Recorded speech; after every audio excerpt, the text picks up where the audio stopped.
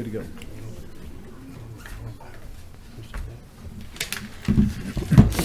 I'd like to welcome each and every one of you to this evening's meeting. This is the 19th meeting of the Board of Directors for 2023. We'll begin with an invocation by Pastor Jeff Hill of the Oak Lawn Baptist Church, and I'll lead us in the pledge. All rise.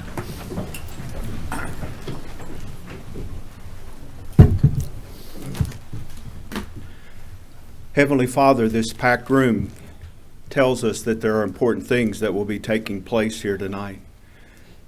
You have said in your word that if we lack wisdom, we can ask for that wisdom from you and that you will provide it. And I pray that that's what will be provided this evening.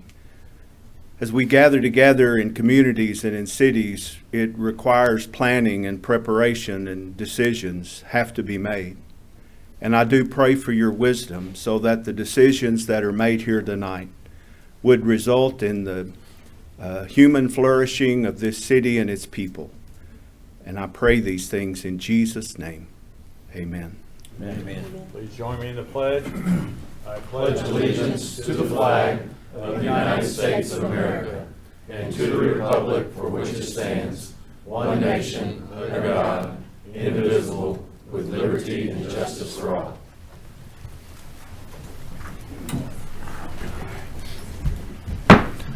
call this meeting to order. Please call the roll.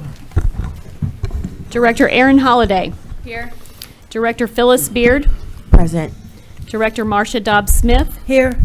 Director Dudley Webb. Here. Director Karen Garcia. Here. Director Steve Trusty. Here. Mayor Pat McCabe. Here.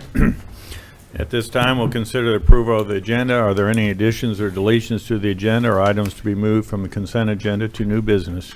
Mayor, not a change in the agenda itself. However, item number 2 under your consent, which is the subrecipient agreement with Ouachita Children, Youth and Family Services. The resolution indicates that you're authorized to execute the attached contract.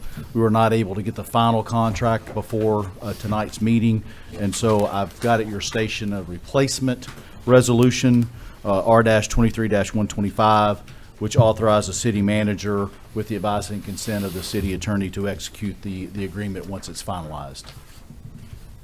Okay, do we need to, does that need to have a motion? No, sir, just wanted you to know what you're voting on. Okay, very good.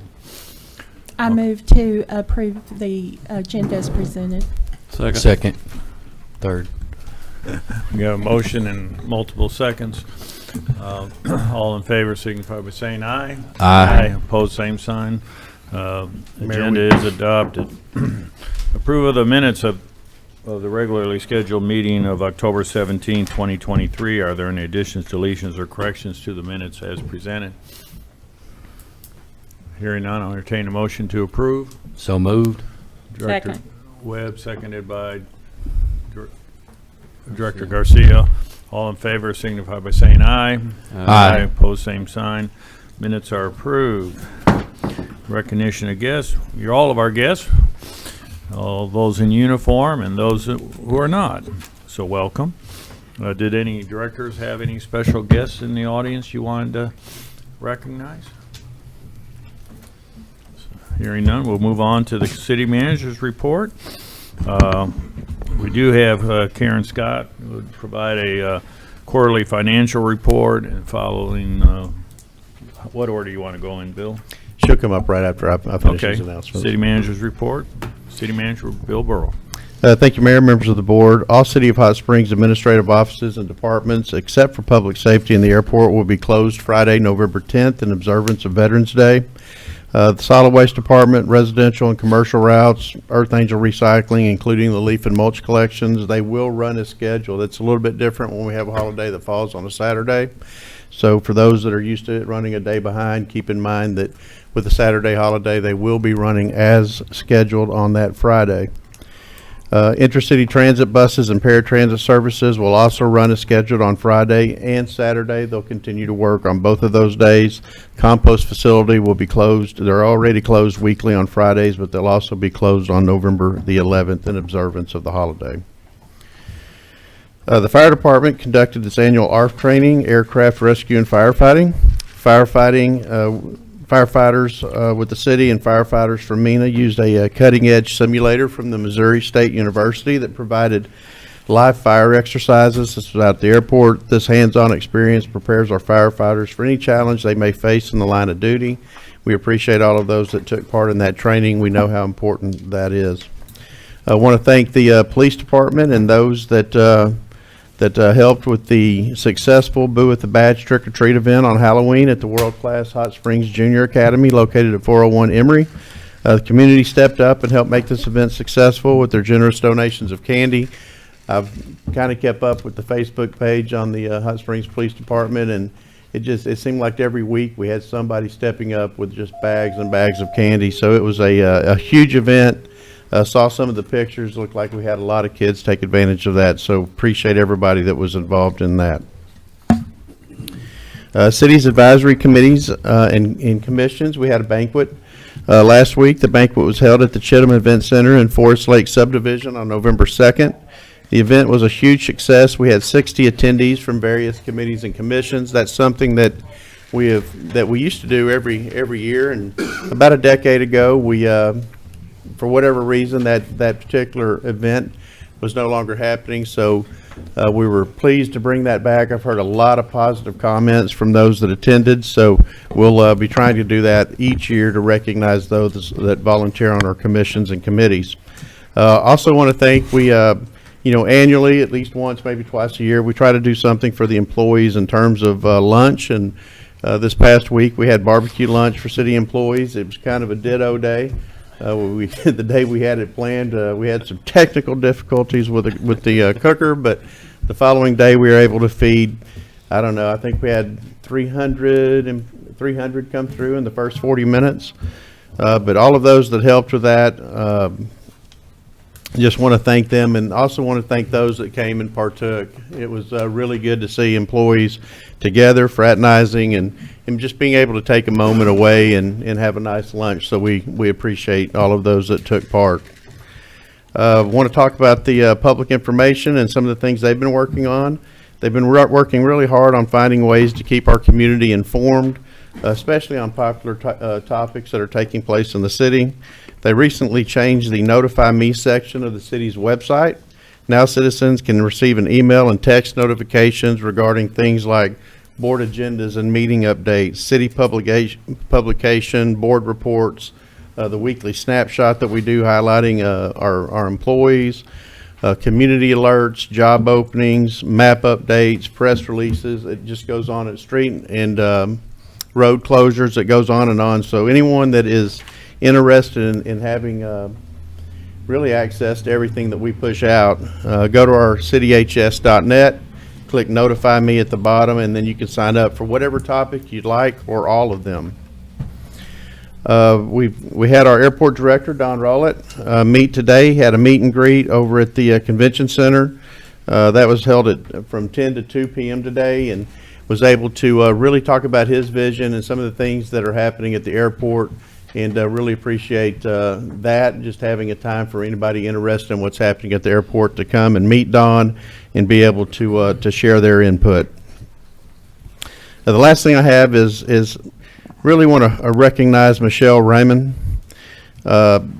She was the bus driver. If you haven't seen this clip, it was amazing. Her quick reactions really saved a woman's life. The incident occurred in the afternoon on Saturday, October the 21st, out on Albert Pike Road.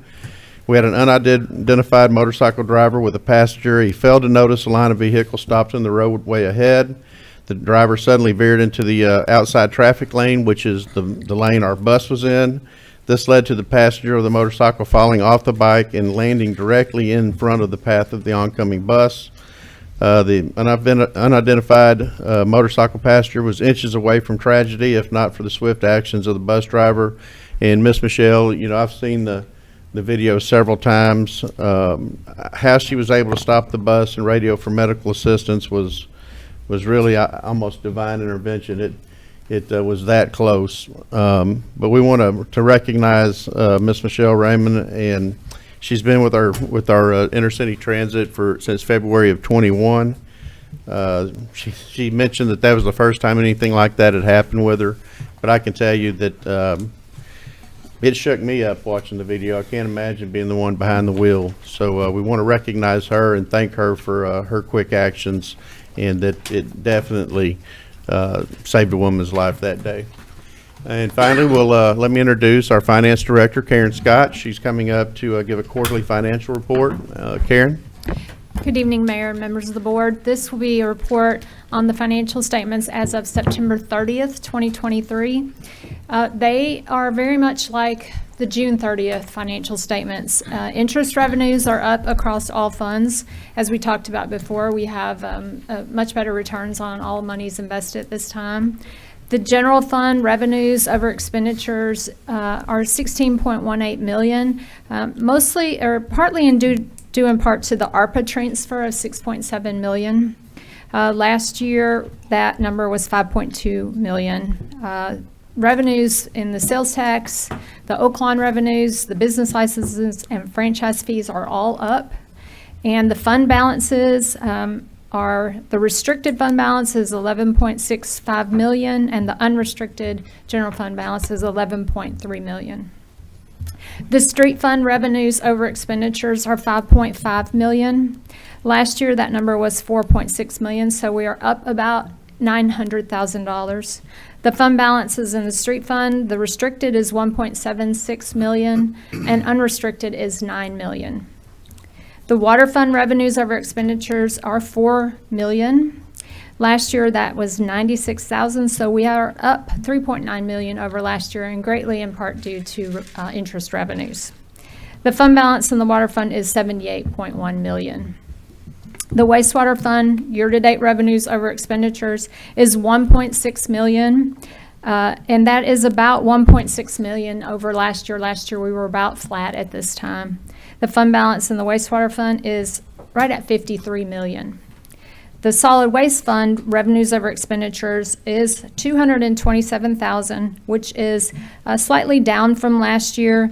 The revenue in the solid waste fund is flat, and expenditures are up slightly due mostly to the 3% cost of living increases that all employees have received this year.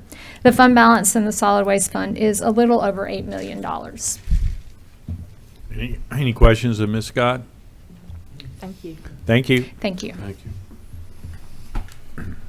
With that, we'll move on to Board of Directors announcements of upcoming events. Director Garcia. Thank you, Mayor. I would like to announce that it was mentioned about the Veterans Day. Saturday, November 11th, is Veterans Day, and the ceremony will begin at 11 a.m. at the memorial site that is located at 118 Orange Street. And the speaker this year is Mr. Larry Brown. He is a graduate of Hot Springs High, and he served in the Navy during the Vietnam War and served on air crew for patrol aircraft. He is the father of Adam Brown, who was killed in action in Afghanistan. He has a long line in his family. His father served and was served during D-Day. His grandfather was in the trenches during World War I. His uncle was killed in action during the war. And he is going to be the speaker at the service. And we want to recognize all veterans for their service, and all veterans and the public is invited to this special event that's held there every year. And I would like to recognize all the veterans that are here. If you are a veteran, would you stand?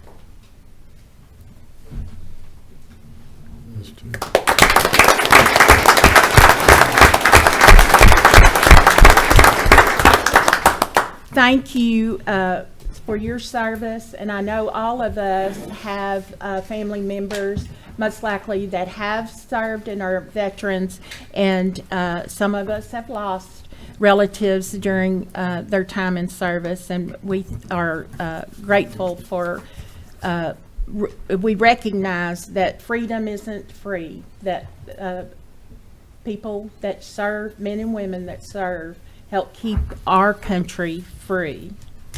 I have a couple other announcements quickly that the Oaklawn Rotary Club wanted to make sure everyone knew about their 2023 Christmas parade that they sponsor every year. This Rotary Club, as well as the others in Hot Springs, are very hard workers, and Oaklawn sponsors this parade. This year will be on December the 4th at 6:30 downtown Hot Springs. And the theme this year is Hollywood in Hot Springs. As I look out, I see you fit right in. So I hope everyone will be at the parade and enjoy it and enjoy Hollywood in Hot Springs. And lastly, the Downtown Farmers Market wanted everyone to realize that the winter market season has now begun, because it is November, and from November through April, the hours on Saturday are 9 a.m. until noon. And of course, our farmers market is on Orange Street too, at 121 Orange. So we still want to support the farmers market and just recognize the reduced hours during the winter months. Mayor, that concludes my announcements. Very good. Thank you. Director Webb? Thank you, Mayor. The first event that I want to share with you all this evening is the 2023 Tom Daniels Holiday Chili Cook-Off. It's going to take place Monday, November 20th at 4:30 p.m. The location is at Exchange Street Parking Deck. Here, Hot Springs businesses will compete to see who can cook the best chili, followed by the start of the annual Downtown Hot Springs Holiday Lights Display. Tickets are $10 for adults, $5 for kids. Tickets can be purchased at the event itself or on the website www.eventbrite.com. That's eventbrite.com. The second event is the Ken Freeman Huff Puff and then Stuff Walk Run 5K, Thursday, November 23rd. Give you a few days to let the chili rest. November 23rd from 8 in the morning until 10 in the morning at the Transportation Depot, 100 Broadway Terrace. The Hot Springs Friends of the Park is hosting its annual fundraiser, the Ken Freeman Huff Puff and then Stuff Walk /Run 5K. Earn that Thanksgiving Day stuffing by bringing the whole family out to participate in the Thanksgiving morning turkey trot 5K in scenic and historic Hot Springs National Park. The race takes place on the Hot Springs Greenway, starting and ending at the Transportation Depot. All participants will receive a long sleeve t-shirt and a finisher's medal. To sign up, please visit this website, and I will provide it to Miss Harmony to put on our website where you can access it. It's a really long website, so that's why I'm doing that. Thank y'all. Any other directors with announcements of upcoming events? Director Trustee? Thank you, Mayor. Just a reminder that the Spa Running Festival is taking place on Saturday as well. I know there's several other things that are going on, but it's the squirt race, the 5K, the 10K, and then the Summit to Summit half marathon. I believe the first race, the half marathon, starts at 7 a.m.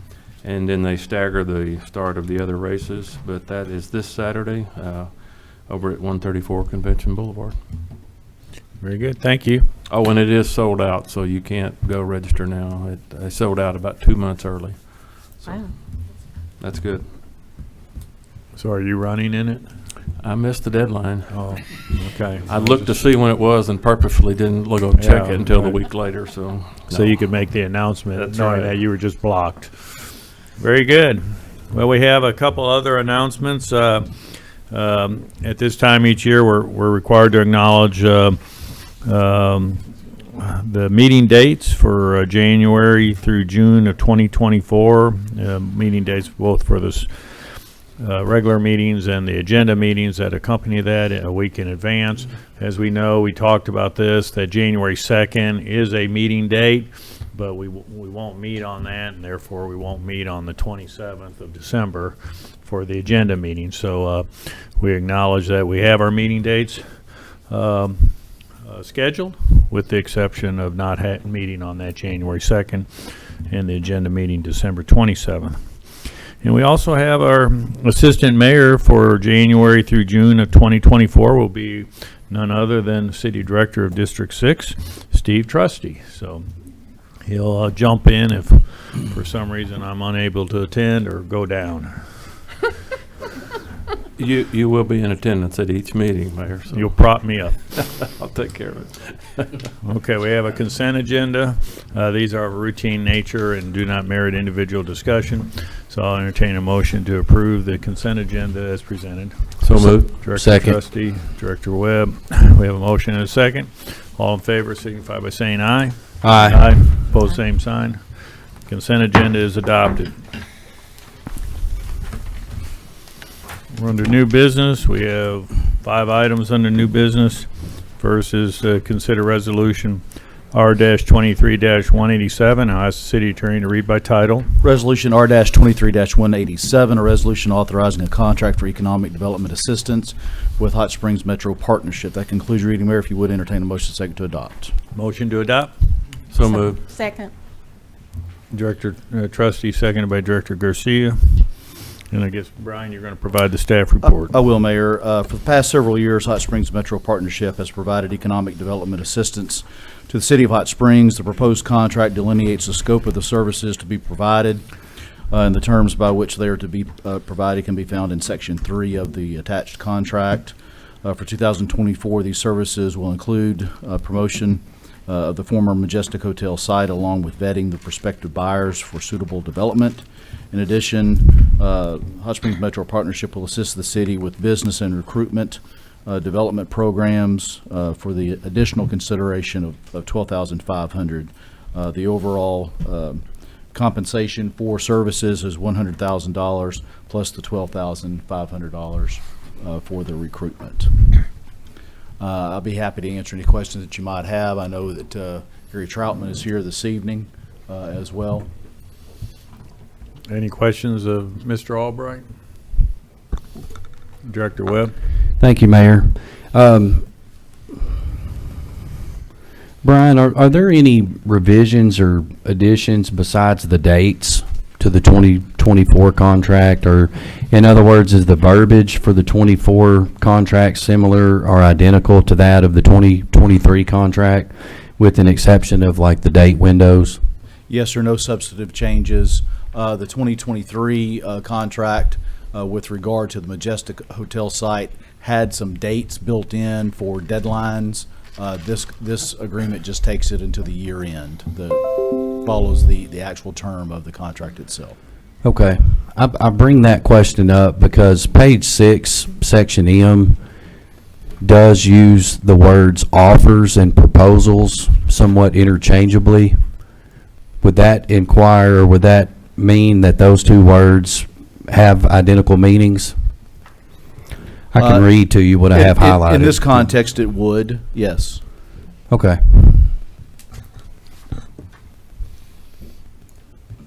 Mr. Troutman, did you want to make a comment? Yeah, if I may. As you all know, our arrangement is I present every, at a city board meeting 1 month and an agenda meeting the next. And just so happens present next week at the agenda meeting. So if I may, I'd just like to say a few comments tonight. First off, the relationship with the city is vitally important to the Metro Partnership. With us tonight, Scott Dukes could not be with us. He had another engagement, our partnership chair, but Dr. Doug Ross, our chairman of the chamber, is here tonight. Les Warren, former chamber chair and state representative. Vince Signorelli, our 2024 Metro Partnership chair. Brian Smith, 2025 chair. Todd Green, our 2022 chair last year. And then Cole McCaskill, Gary Jackson, and Jacob Travis from our team. I just want to kind of highlight a couple things real quickly, and I'm kind of surprised Bill didn't mention it, but I thought he would. It really a great day for Hot Springs yesterday, the Capitol for a day. I know that he and Steve Harrison got to spend some quality time with the governor showing her downtown yesterday and making various stops. We actually had Secretary of Commerce McDonald with us. We took him to Express Boats and to Radius Aerospace. Had some really good visits with the owner CEOs at both places. We rendezvoused, as I think the whole county did, at Red Oak Filling Station yesterday. It seemed like it for sure. And then we split off, and I wasn't intending for the governor. I didn't know she was going, but she met us at Department of Workforce Services. So Secretary McDonald and her and quite a crowd were there, and then we finished the day at National Park College with Dr. Allison, Dr. Thomas, and help me, Steve. I'm sorry, Bill Ritter. Bill Ritter. Thank you, sir. And touring all the vocational training out there, which really, really nice. I want to talk about schools. You know, workforce is a big initiative, as I tell you every month. We have now been in 5 of the 7 schools, all but Fountain Lake and Hot Springs. We have those scheduled for later this month, and we're looking forward to that. We did get to speak to actually the faculty at Lakeside, which is a different turn, the teachers for 7th through 12th grade. We'll continue to do that. Broadband, I think you all know the shape that broadband's in. We've gone from really kind of halfway having one carrier 3 years ago to having 5 now, and full-on infrastructure build-out. The Metro Partnership has been, for many years, the only accredited economic development organization in the state. Pine Bluff joined us just a few months ago. We don't take that for granted either, and it's not everlasting. We have to renew every 3 years. I want to publicly commend Cole. Spent a lot of time and effort on that here just in the past several days. We submitted that. Our deadline was November 1. So we'll look forward to renewal there. I want to play a little game here just a minute. I want you to forget I'm standing up here before you, because we work hard to put Hot Springs first, okay? And it's not about me or our team necessarily. But this morning I sat in a meeting. I'm very proud and privileged to be on the State Chamber Board of Directors. There were 50 CEOs of various companies all over the state. Wayne Smith and I, from Oaklawn, Wayne Smith and I were the 2 representing Hot Springs. There were 4 chambers and EDOs in that room: Little Rock, Batesville, Pine Bluff, and Hot Springs. So that's a big thing for our community, and worked hard to be in good graces there. And we're going to be hosting the State Economic Developers and Chamber Executives Conference at Oaklawn next August. So I just want you all to remember that, be very cognizant of it. It's something that I think our community can be happy of. Our Little Rock event this year had roughly 300 and some odd people. I know the thing that a lot of you are concerned about, and the finish with the Majestic, you know, we would have loved to have done all that in 12 months. It's nearly an impossible task to take that's been sitting there, as you all know, for years. We were very happy and pleased that you all gave us a shot at it. We learned through some mistakes, some things that worked and didn't work. We've truly gained momentum as the year grew on. We've taken a visit to Northwest Arkansas. We've had a couple site visits in. We had a party in just last week, a very interested party, and that momentum continues to build, and it doesn't, no coincidence, got most of the committee here with us tonight. Certainly didn't hurt having the governor and the first gentleman here yesterday to look at that site and see the possibilities. So with that, I will thank you for your time, tell you that we appreciate doing business with the city, and we hope to continue not just 2024, but for many, many years to come. Do any directors have questions of Mr. Troutman? Director Garcia. Thank you, Mayor. I appreciate all of the reports that you continue to give us, and this was a summary of some of those. I'm excited to hear more about the interested parties that visited last week. And you keep us updated continuously on those activities. Could you briefly, just a little update on the relocation guide that we also support? I, for one, believe that the retirees that come here to retire are beneficial to our community, as well as anyone that has the ability to work from home, or a IT professional that can live where they work, where they can live wherever they want to. And with these improvements in broadband, we can become more and more of a chosen place to live and work. Sure.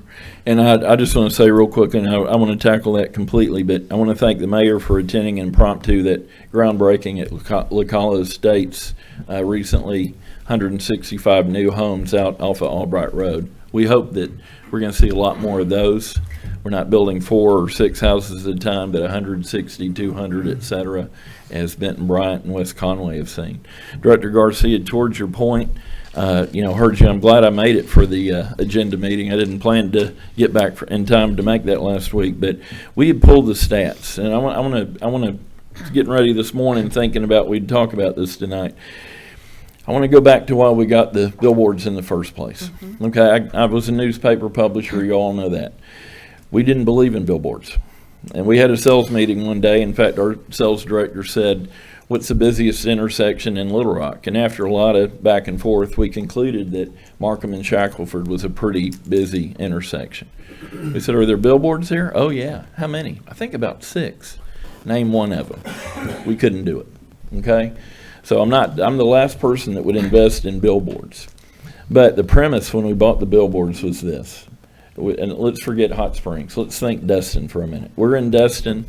We've sat there, we've been there several days, toes in the sand, warm Gulf breeze, drinking our drink of choice, having fun, people watching. But I've been to Destin 30 times. Nobody's ever asked me to move to Destin. And that was the premise of the billboard. Somebody's had a good time, they've really enjoyed themselves, they're on the way home, they're not quite to Benton and they see a billboard, or they're out at dinner and they're at Fisherman's Wharf and they see the billboard there. It's hard to trigger, it's hard to count that, Right. but that's not a cop-out. It does say move to Hot Springs on there. And so pulled that after hearing what you said last week. The numbers are not staggering because it is passive advertising. But we had 1,200 unduplicated visitors spending an average of 3 minutes on the website. Now, web people would tell you that's pretty good. The 1,200, maybe not so much. The 3 minutes is. And I'm not going to sit here and tell you everyone moves to Hot Springs. They don't.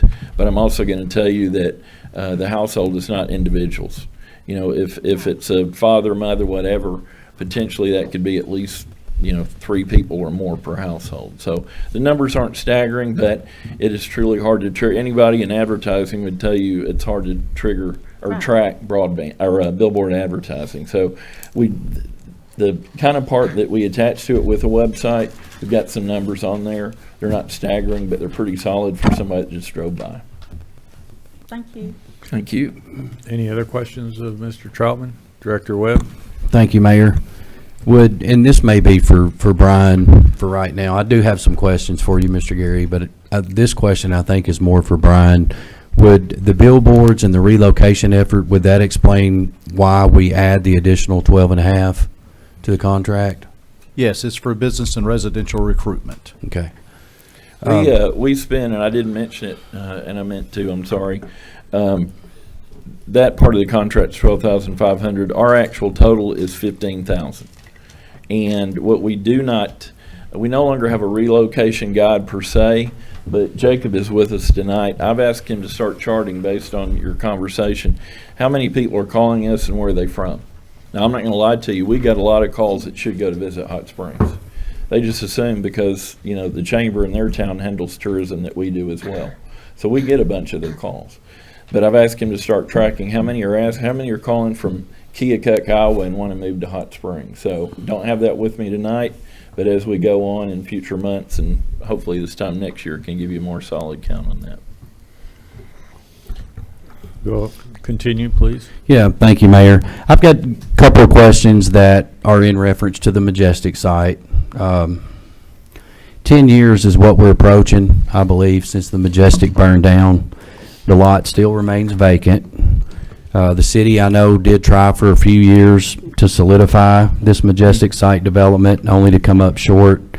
And now, after 12 months, the lot still remains vacant, although I do know there are maybe some promising steps being taken with this group that's coming from Northwest Arkansas. I commend your efforts with the Metro to take on this task. There isn't anything easy about this sale, especially at a time when interest rates are as high as they are. But I kind of want to dive into what's taken place over these past almost 12 months and just entertain you with a few questions. Sure. And I was bringing up that part of page 6, section M, because offers, proposals, they're kind of being used interchangeably. To that end, this is coming from section N, and I'm reading it from that section. To that end, any and all offers received by the city from prospective buyers through December 31st, I guess, of 23, shall be forwarded to Hot Springs Metro Partnership to be vetted. Offers to purchase the site shall be forwarded, and I would assume that offers, as it's used here, could also imply proposals, to be forwarded to the city board of directors as received as well. No action shall be taken by the city unless and until Hot Springs Metro Partnership provides the city with a rating and ranking of all proposals received during the term hereof. So I guess, have you received any proposals since taking over the? We have not. We sent out the packet, the original 12, and that was a pie in the sky list that were just, the biggest developers out there. We didn't get any response. So we had to regroup. We got the signage on there. That's led to some calls over the past year, but we've just had a totally different strategy using our contacts. And I want to, Director Webb, I want to bring that up. We didn't, this is not something Cole and Gary and I sat around and say, hey, we need one more thing to tackle. This is our board. I mean, these are the leaders. We got a couple bank presidents. We got, pardon the joke, but the godfather of pickleball. I mean, we got some real leaders, some real big thinkers that are behind this. And we've done a 180 on our strategy of trying to be just kind of reaching out and reaching for that investor and to really kind of keying into some of the contacts that folks on our board have. And that's what's led us to Northwest Arkansas. That's what's led to the visitor yesterday, and that's what prompted us, making sure the governor and first gentleman made a point to see the site yesterday. I mean, we're looking for some synergy of things to happen. I'm a native, grew up here. Just like everyone here, we'd love to seen something 5 to 7 years ago. That didn't happen. So we're playing the hand that we have today. But I feel good about it. I'm not saying that because we're up for renewal. I think you all appreciate me well enough and say, man, we gave it a whirl. It's not really going on. But we seem to build momentum every single month. Speaking to proposals, and then I want to get to where we are now, but it was my understanding, and this could be considered as hearsay, but that there was some proposal that you received in that first week of December to the tune of about 140 pages. Would there be any truth to that? No, I'm not familiar with that. Okay. On this current development, or I guess this current business talk, how soon do you see it playing out? The one we're pursuing? Yes. Do you have any gauge on a timeline of kind of where you are now versus where you should be in a month versus where you should be in another month from there? Well, I think you said it earlier about the interest rates. I'm not going to lean on the interest rates, but I'm going to lean on the interest rates. If we were in a 3% environment, I'd say probably just a matter of a couple of months. In a 8% environment, 8% environment, I'm thinking that that party may just wait. Director Trusty, being a former banker, would tell you things that cash flow at 3% don't necessarily cash flow at 8%. So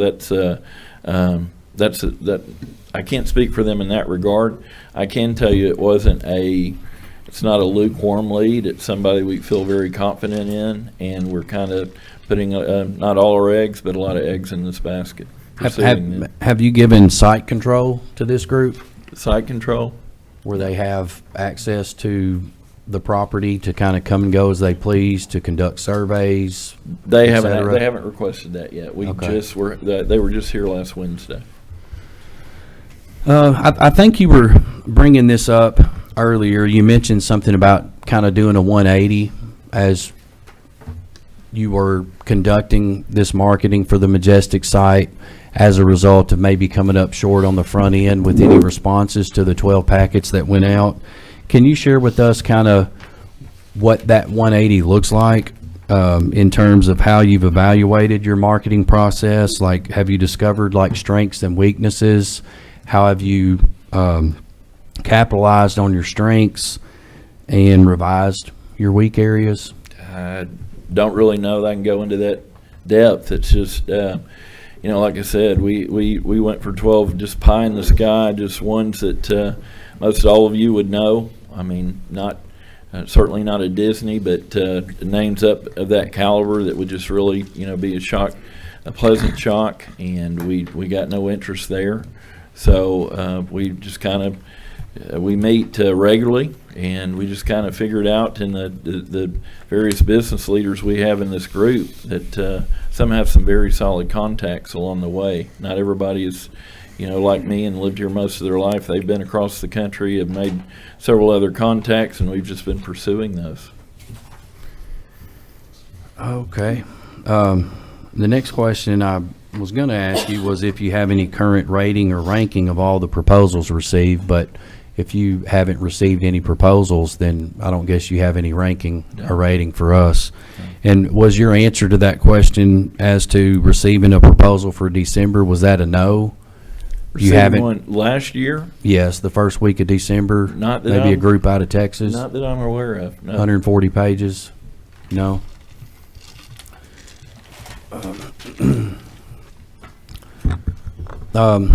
Did any other board member have any questions? I have a follow-up, but I want to see if anybody else has any Continue, questions. so then when you're done, we'll move on. Okay.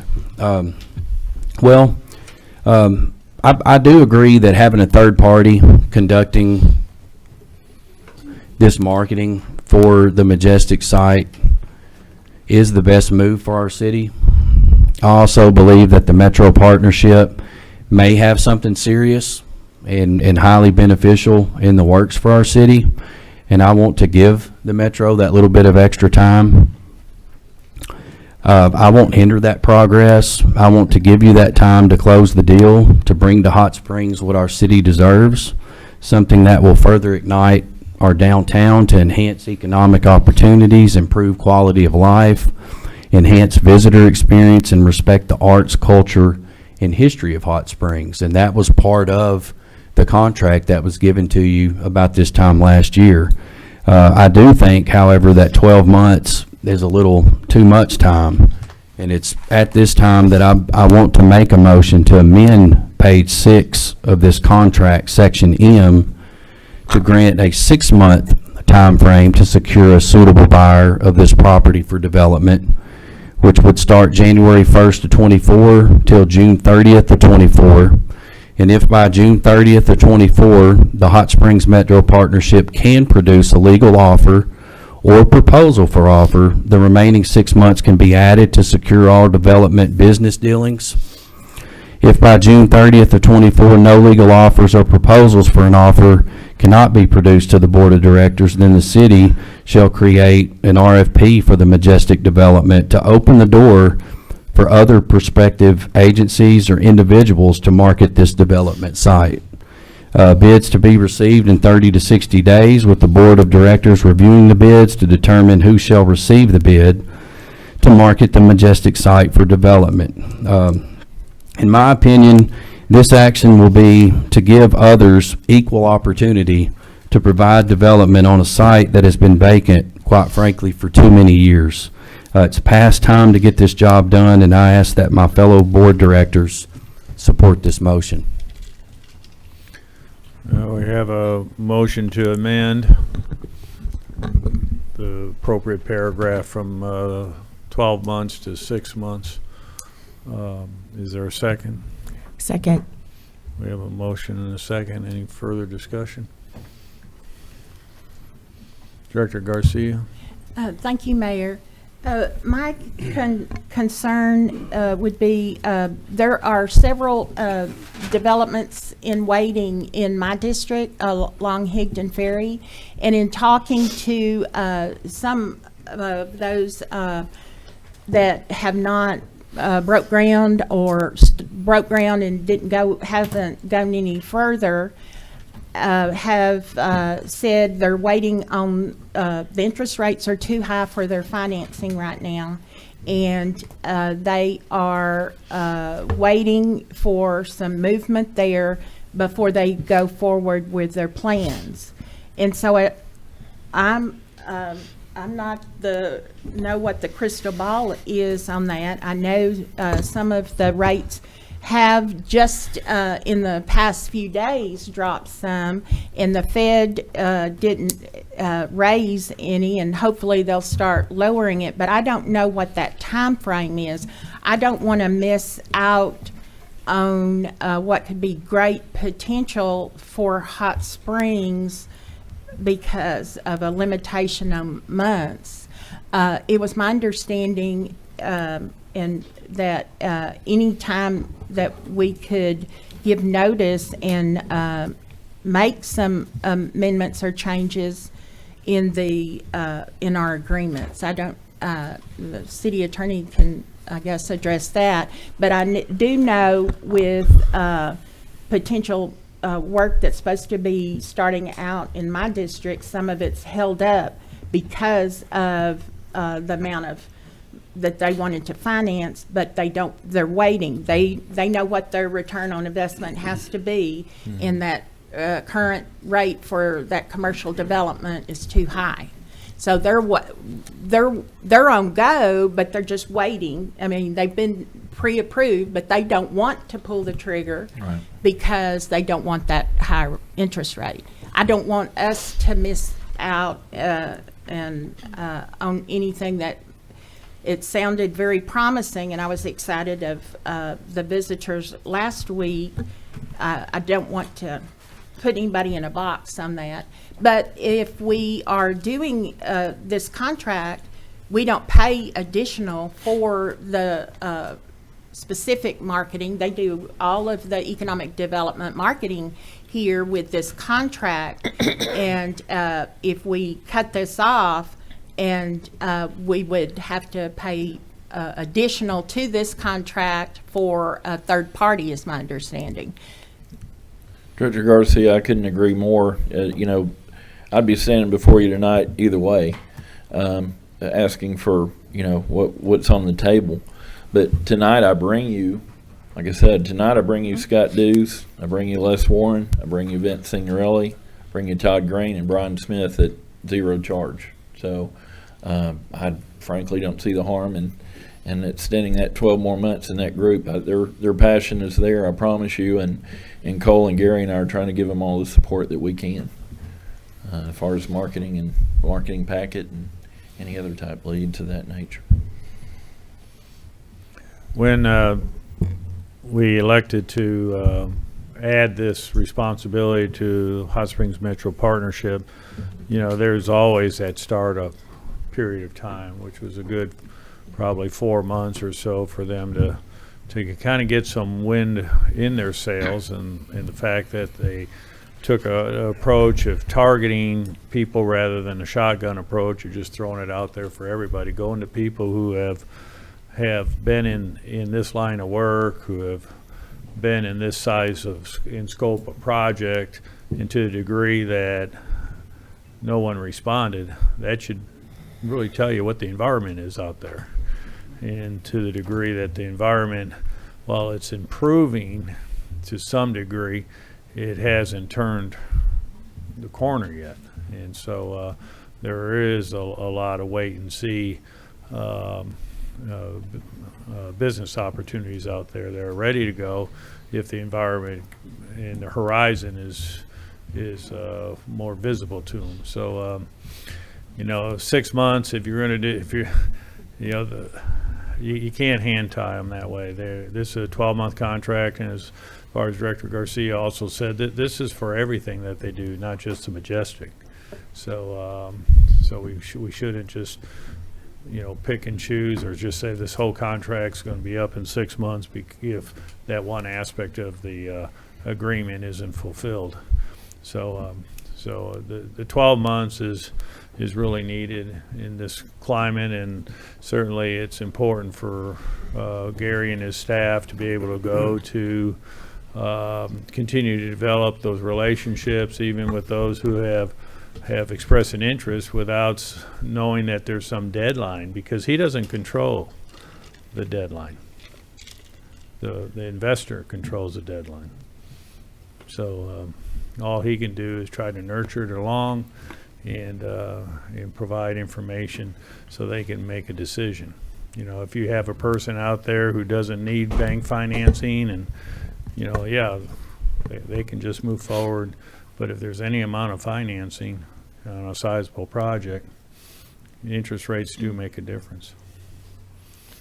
I would even take that a step further and call out the banker and director trustee, but some of the folks that can, as you say, Mayor, can pay for that out of pocket still probably choose not to and want some degree of financing. Yeah, Director Holliday? No, I was pointing Director Beard, I think, had a Director question. Beard? Oh, yes. I have a question, but do we vote on this first? We're into the Yeah, question back and forth right now. We have a motion in a second. You are debating the amendment Yeah. at this point. Well, my question is separate. Okay. All right. Any other director comments? Yeah. Yeah, and this really shouldn't be to Gary. This should be amongst us. Right. Thank you, Mayor. I don't think the intention I have is to stop anything. But all I know is based on the evaluation that I have of the Metro's ability to market this majestic site over the past 12 months, there's zero measurable data points that I have to go on, other than we still don't have any offers, we still don't have any proposals. And so if we have other agencies or other groups out there who could provide this same service to the city, who might come at it with a different marketing approach and maybe at no cost to the city, the same as the Metro, why are we hindering those groups' ability to potentially bring something here too? And I recognize that the Metro is working hard, and I'm appreciative for every effort that they have, and it sounds like there's something that's serious that could be in the works right now, which is why instead of me just saying I don't support another year marketing the site, I offered that 6 months, which should be an adequate enough time if they've been working with this group for the past couple of months to close this deal. But I think what we've got to do is continue to move forward at this site. We're almost at 10 years and nothing's there. That's why I'm making the suggestion to extend it, this contract, but instead of 12 months, let's do it at 6. And if we can't close it in 6, then let's open it up for other agencies. Well, you may comment that, it's been dormant there's been no activity. Well, there were activities. We did have agreements with 2 different groups, different style agreements, and neither party was able to pull it together. And part of that, at least one other group indicated that it was the economic environment that we were in. It was the COVID at the time, and people weren't really interested in moving forward on major projects with the pandemic going on. And then the other individual indicated the ground wouldn't support after significant study of the terrain and that the ground wouldn't support. So it's there have been activities and people have walked away from them. Okay, so The only thing I'd say to Director Webb's comment is we haven't been working with this group for months. We've been working with them for about 2 weeks. So we're really just in the beginning of that. Vince, did you want to say something? any other comments from directors regarding the debate as Mr. Albright indicated on the motion and the second? Mayor, with respect to the motion to amend, I don't know if this makes a difference to you, but this contract does not necessarily give Metro Partnership an exclusive to be the only entity, the only body, the only person that tries to find a buyer and a developer and markets it. Doesn't grant them an exclusive. What it does is it says that the board will not take action on those proposals or those offers to sell until you've essentially used them as a committee, if you will, to do the vetting, give you a rate and rank like we do for other professional services when we're hiring, an audit firm or whatever it might be, to give you an idea of what the business leaders feel is the highest rated and ranked proposal. If at some point you're approached or you have an idea about some other method to market the property, you're not prohibited, the board is not prohibited from doing that. This is not an exclusive. This isn't a commission deal. It's not like a listing agreement where we've engaged the services of a realtor, and no matter who sells the property, they're getting their 7%. We don't, that's not the deal we have with them. So, thank you, Mayor. Based on what you're sharing, Brian, you're saying that there could be other groups or agencies or individuals who want to pursue marketing this Majestic site and bring that recommendation to the board? Or are you saying that based on their recommendation or proposal, they would need to take it to the Metro Partnership? We would send it to Metro Partnership for vetting. Has that happened so far Not in that this year? Not that I'm aware of. Again, this is part of the overall contract price that we've been paying. I think $100,000 has been the number for a number of years. So this is not an additional cost that the city is incurring.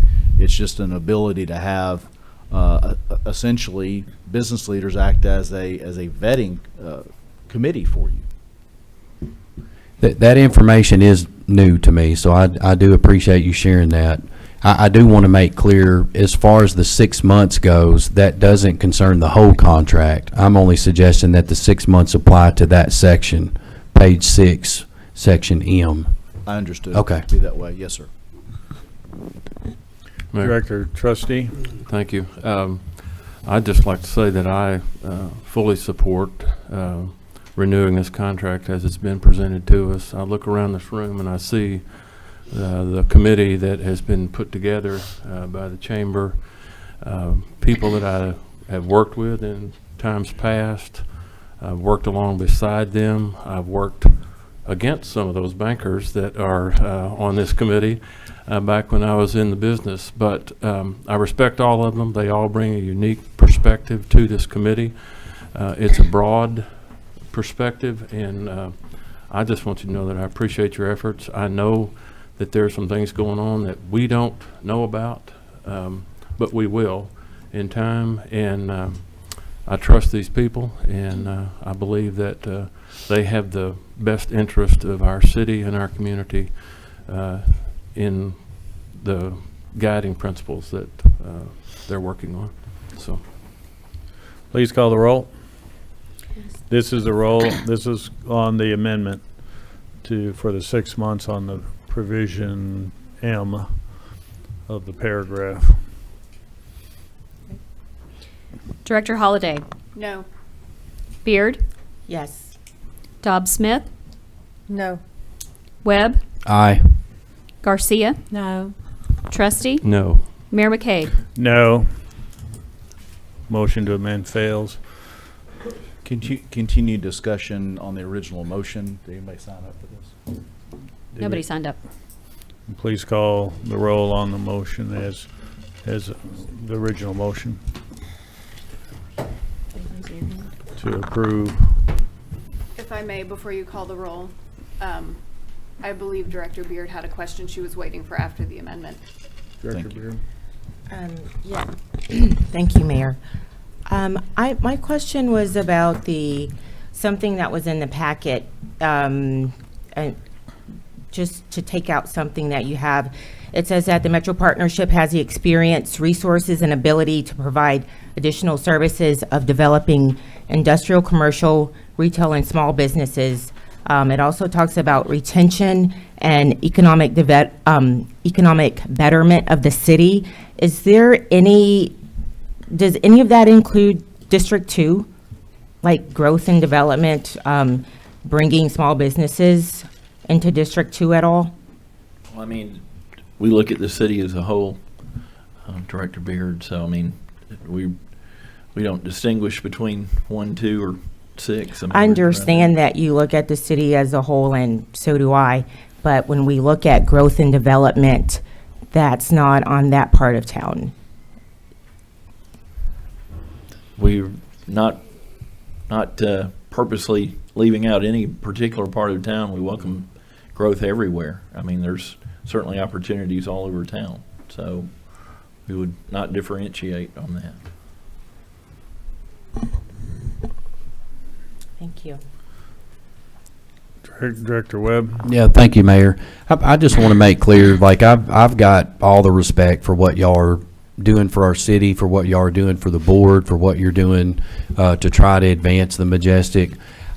I just look at it too as if we have any other entities, if we have any other groups or individuals who might have a different, maybe not better or worse, but just some type of different marketing scheme to give us some more scopes as what we could have at the Majestic site. I want to make sure that those doors are open for everybody. And it's encouraging to hear Brian state what you just shared with us, that those groups could be involved in this process. But should we have some type of commitment by the Metro tonight, or you can share with us and give us your word that if we have any groups who do bring something to the table, can those groups be heard and given their fair shake if they present something to the Metro as well? Absolutely. I don't know that we talked about exclusivity, but I would remind everyone to rewind a year. And I believe the headline that started Scott Dews in this motion was, as the city decides to hit reset on Majestic. So there was no, there was, you all's interest at the time was to look at other priorities and move that lower down the list. And our group came forward and said, hey, let's keep it near the top.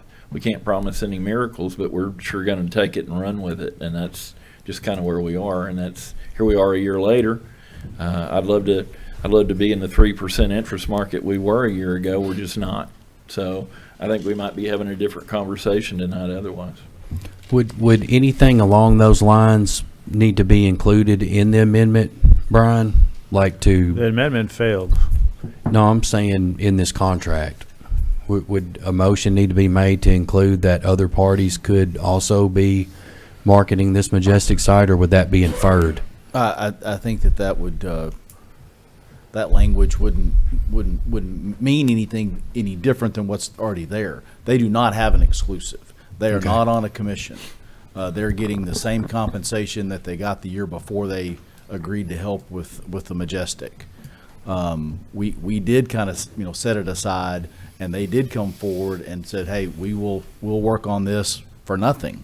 I don't want to speak for Gary or anyone with Metro Partnership, but I don't think that they're going to be covetous of who lands a big fish.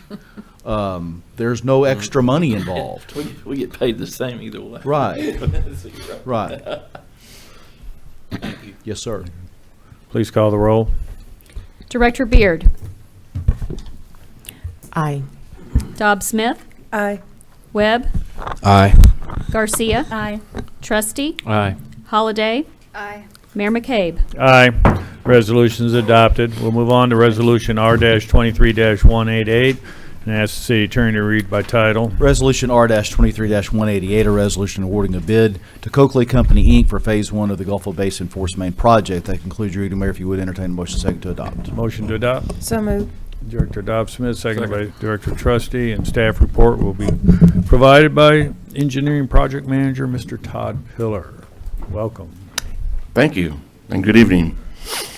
If when approved tonight, this will be the first construction contract in the Gulf Basin.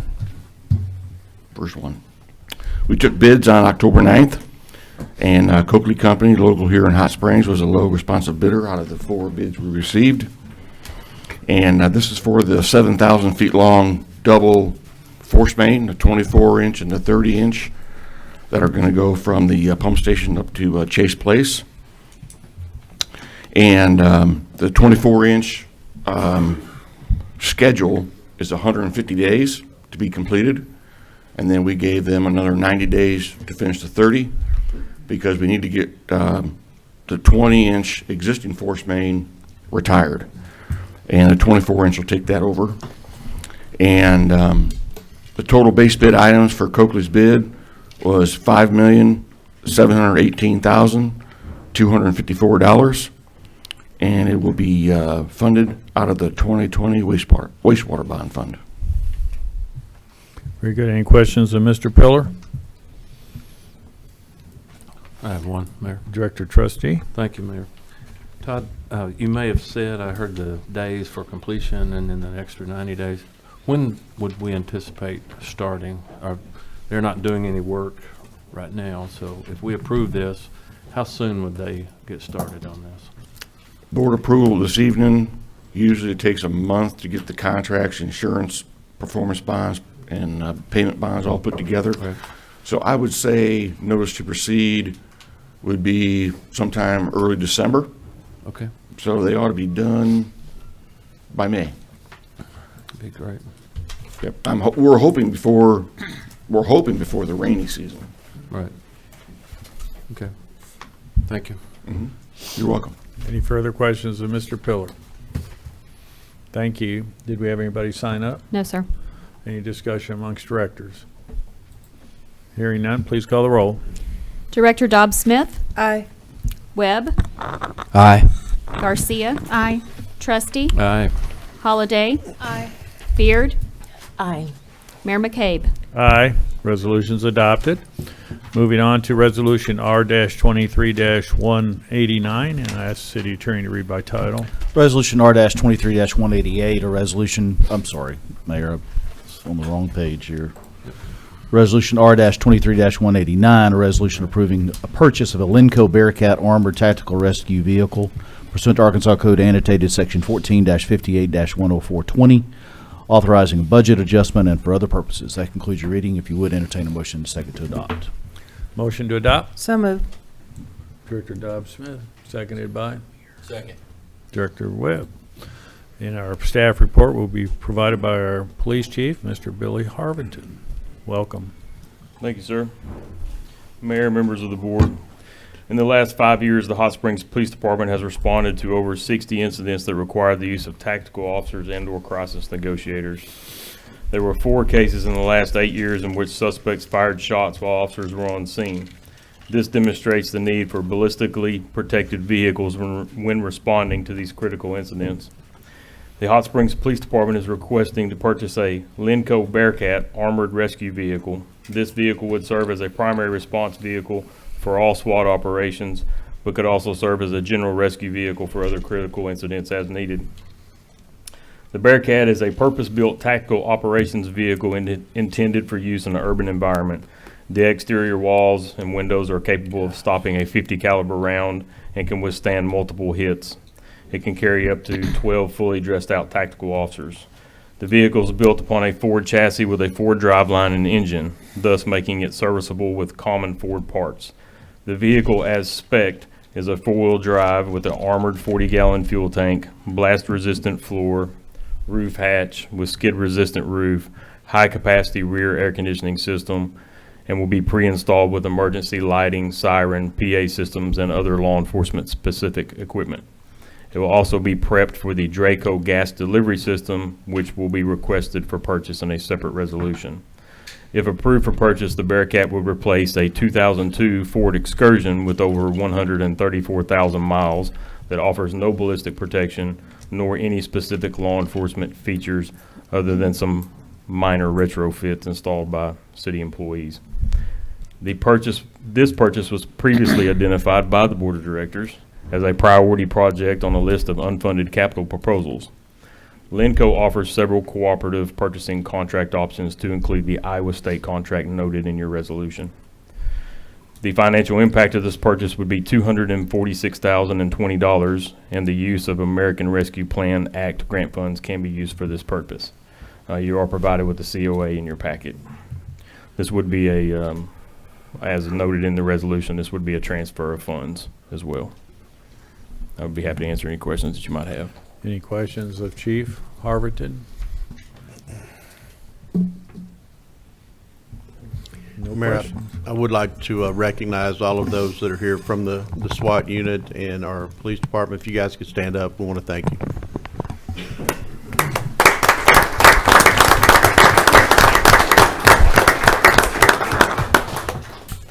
Very good. Did we have anybody? Oh, Director Webb? Thank you, Mayor. Chief, how safe is the current SWAT vehicle that's being used? On a scale of 1 to 10, 10 being the safest it can be, 1 being not safe at all? As far as like the ballistic protection? Ballistic protection. It has none. The Excursion has no ballistic protection whatsoever. How much more safety would this purchase of the Bearcat armored vehicle bring for our SWAT members? 1,000%, I guess you'd say. I mean, we're going to go from 0 to 50 cal rated. I mean, with 50 Right. cal being the largest accessible round that someone like yourself would be able to purchase. Thank you. Director Trustee? Thank you, Mayor. Chief, you may have told us at the agenda meeting, but what's the time frame on delivery? Is this vehicle built, or will it be built once we place the order? It'll be built once we place the order. Okay. Lenco is saying 12 months lead time. Okay. I'm hoping that maybe they make a little better than that. But Okay. All right. Thank you. Any additional questions of directors? Thank you. Anybody sign up to speak on it? No, sir. Please call the roll. Director Webb, Aye. Garcia, Aye. Trustee, Aye.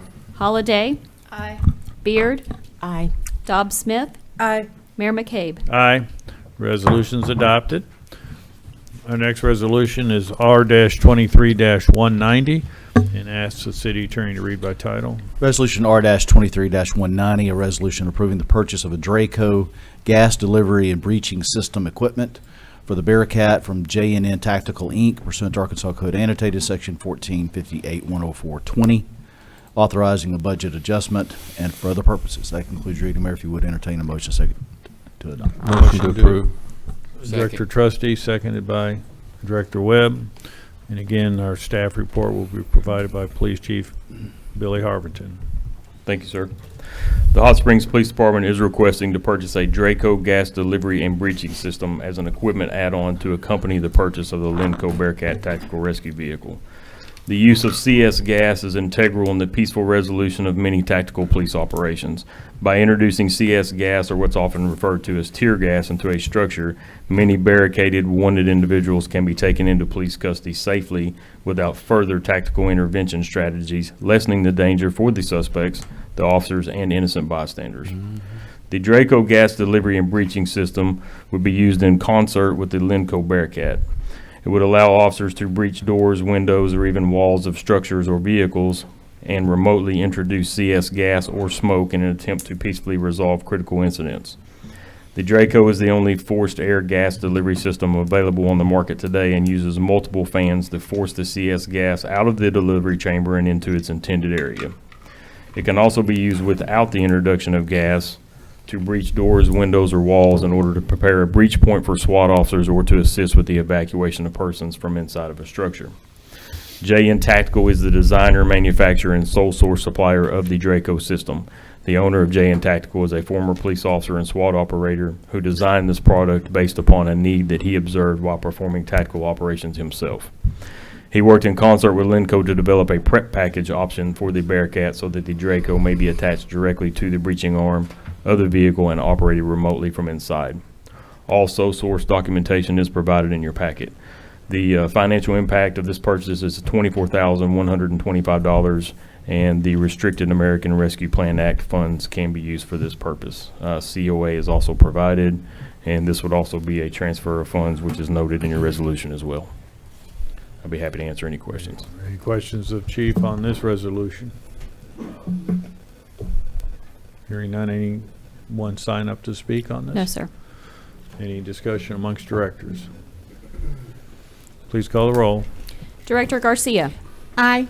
Trustee. Aye. Holliday. Aye. Beard. Aye. Dobbs Smith. Aye. Webb. Aye. Mayor McCabe. Aye. Resolution is adopted. Our final resolution of the evening is to consider R-23-191 and ask the city attorney to read by title. Resolution R-23-191, a resolution adopting a budget for the city of Hot Springs, Arkansas for the year 2024 and for other purposes. If you would entertain a motion second to adopt and have your discussion. Motion to adopt. So moved. Director Garcia. Second. Director Trustee. Staff report will be provided by our city manager, Mr. Bill Burrow. Thank you, Mayor, members of the board. It's my pleasure to present the 2024 budget for the city of Hot Springs. The budget is balanced and has been prepared in accordance with Arkansas budget law and applicable local ordinances. The 2024 budget is $165.07 million. This budget is specifically designed to align with the Board of Directors' visions and priorities for the city of Hot Springs. This message provides an executive summary of the budget and is divided into 3 sections. The first section is discussion on the budget objectives and an overview of significant changes from the prior year. The second section provides an overview of the city's major funds and includes summaries of revenues, expenses, and major programs. Finally, the closing section includes a discussion of budget development and fiscal strategies. The primary objective of this budget is to advance the board's current vision and priorities for the city of Hot Springs, which were set by the board at their retreat on August 5th, 2023, and provide basic and essential services through sustained department operations. The board's priorities for 2024 are: 1, complete the parking management plan of current parking inventory. This is the full implementation of the parking plan that we had our contractor come in and make reference to. I will say that this just opened this week. We had 8 vendors that submitted proposals. 4 of those were complete turnkey, all within their companies, and the other 4 also had good proposals. However, they did some subcontract out some of the work. So we're in the process of going through those, looking forward to bringing those back to the board very soon and getting the parking plan implemented. Second, the new employee handbook and updated job descriptions. As you know, we have hired Evergreen to work through our compensation plan, and part of that was the updating of all job descriptions and then preparing a new employee handbook. Our employee handbook is quite dated. The last update was 2007, so we're really pleased to take that particular project on in 2024. Development and zoning code presented to the Board of Directors for adoption. As you know, we've had several meetings, and this is still within the development, but we do foresee that being able to be completed at least to a point to where we can bring to the board in 2024 for adoption. Fourth is meeting the requirements of the Department of Environmental Quality's consent administrative order on the Gulf Basin Water Project, specifically meeting the timelines that are laid out for us by that consent administrative order. Big step is one that you just approved tonight. Fifth is affordable housing plan adopted by the board and begin implementation. That is a very large document that has a lot of moving parts and a lot of moving requirements to meet that particular plan. Some of that we may have to evaluate as far as timing, but we do plan to bring that to the board for an adoption with the beginning of implementation in 2024. 6, develop congregate feeding program and operate a warming cooling shelter as needed. This is the community resource center that we purchased recently, and right now we're in the process of doing some of the building maintenance, looking at the items that we need, and we'll be bringing some things to you over the next year to make sure the building's ready for this type of shelter. Second is the last is complete phase 1 and phase 2 environmental study and asbestos mitigation of the Arkansas School for Math, Science, and the Arts, which is the old hospital building. This is contingent really upon when the school has their administration building completed and turning that over, or letting us know that we have a date that we'll be able to come in and start working on some of that phase 1 and phase 2 for mitigation. We hope somewhere around August we'll be able to at least enter the building. I think right now from the dates that Director Alderdice has given us, January 1, 2025 is probably a close date of when they'll actually put us on notice. But they have committed to letting us come in a little bit earlier than that final date if they get their administration moved out of that current facility. Other new and ongoing major projects that will continue into 2024 are Eclipse Planning Management, Senior Citizen Center, school BDA systems, the continuation of the Ouachita Water Supply Project.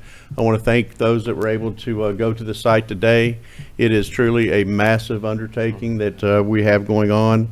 We won't see this again in our lifetime, but it's something that I think this board and the previous board will go down in history for really making a change, generational change in the lives of those that live, work, and play in Hot Springs. Next, we have the street paving roadway improvements. We'll talk a little bit about that as we go through the budget. Potential uses of the Majestic site, continuation of improvements to the Malvern Gateway, the Energy Power Project, and our storage facility for records and Christmas decorations. That's a lot of things that staff will be working on, a lot of plates that we're spinning in the air, but we feel great about these new challenges and look forward to bringing those to you later in 2024. The $165.7 million 2024 proposed budget is $2.73 million more than the 2023 amended budget. Specific initiatives for each fund will be discussed as information for that fund is presented.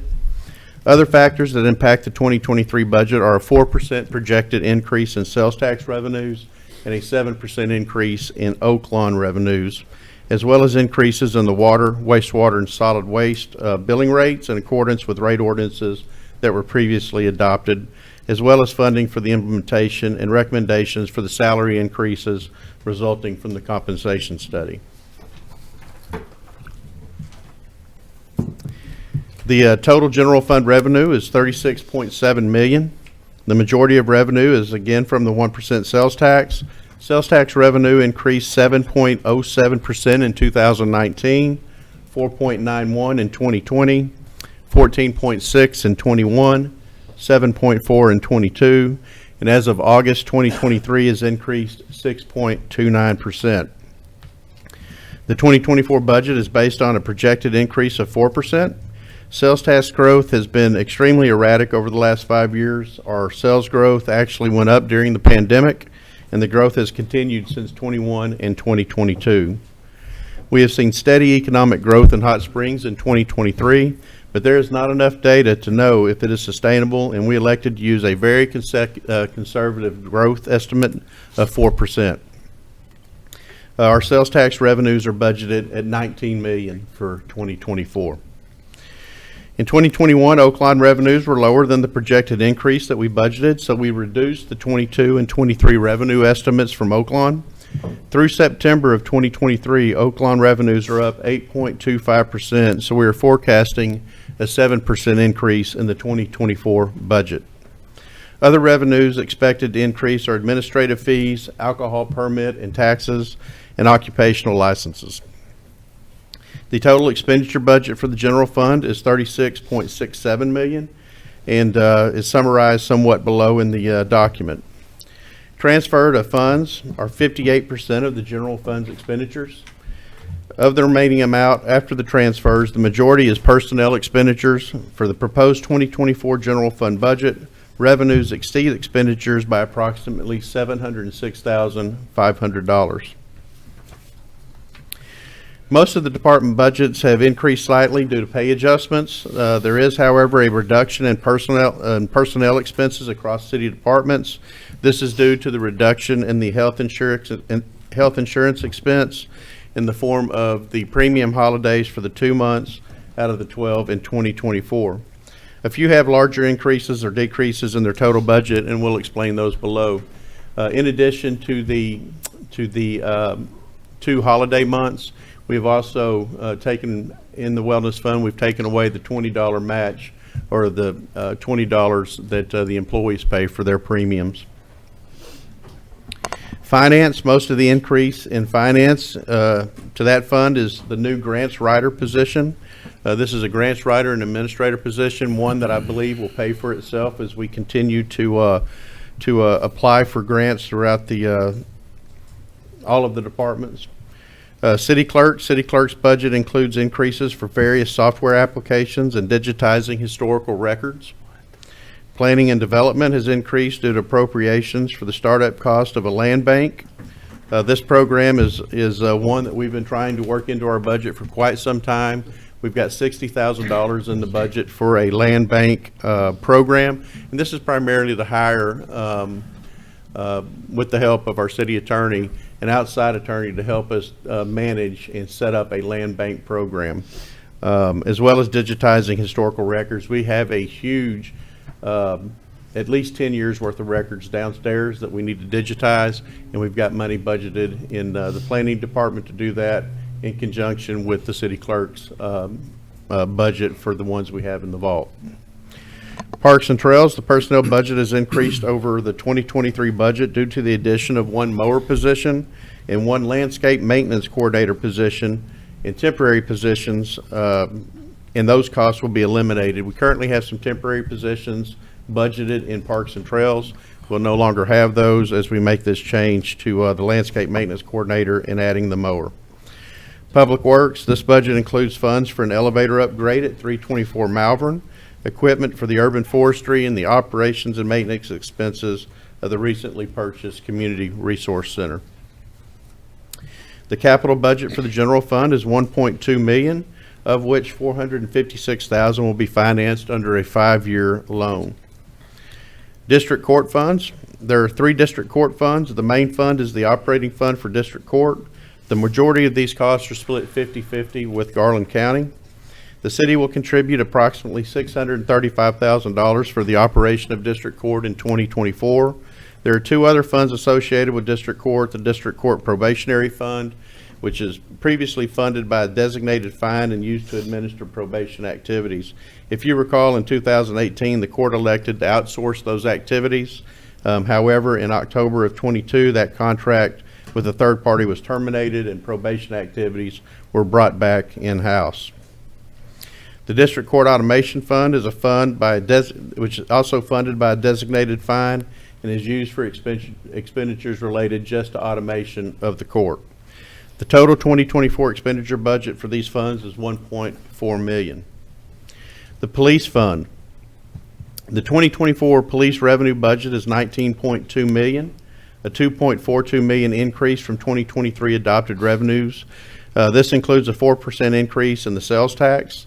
The amount of the subsidy from general fund is expected to be $10.57 million, which is an increase of $1.8 million in 2024.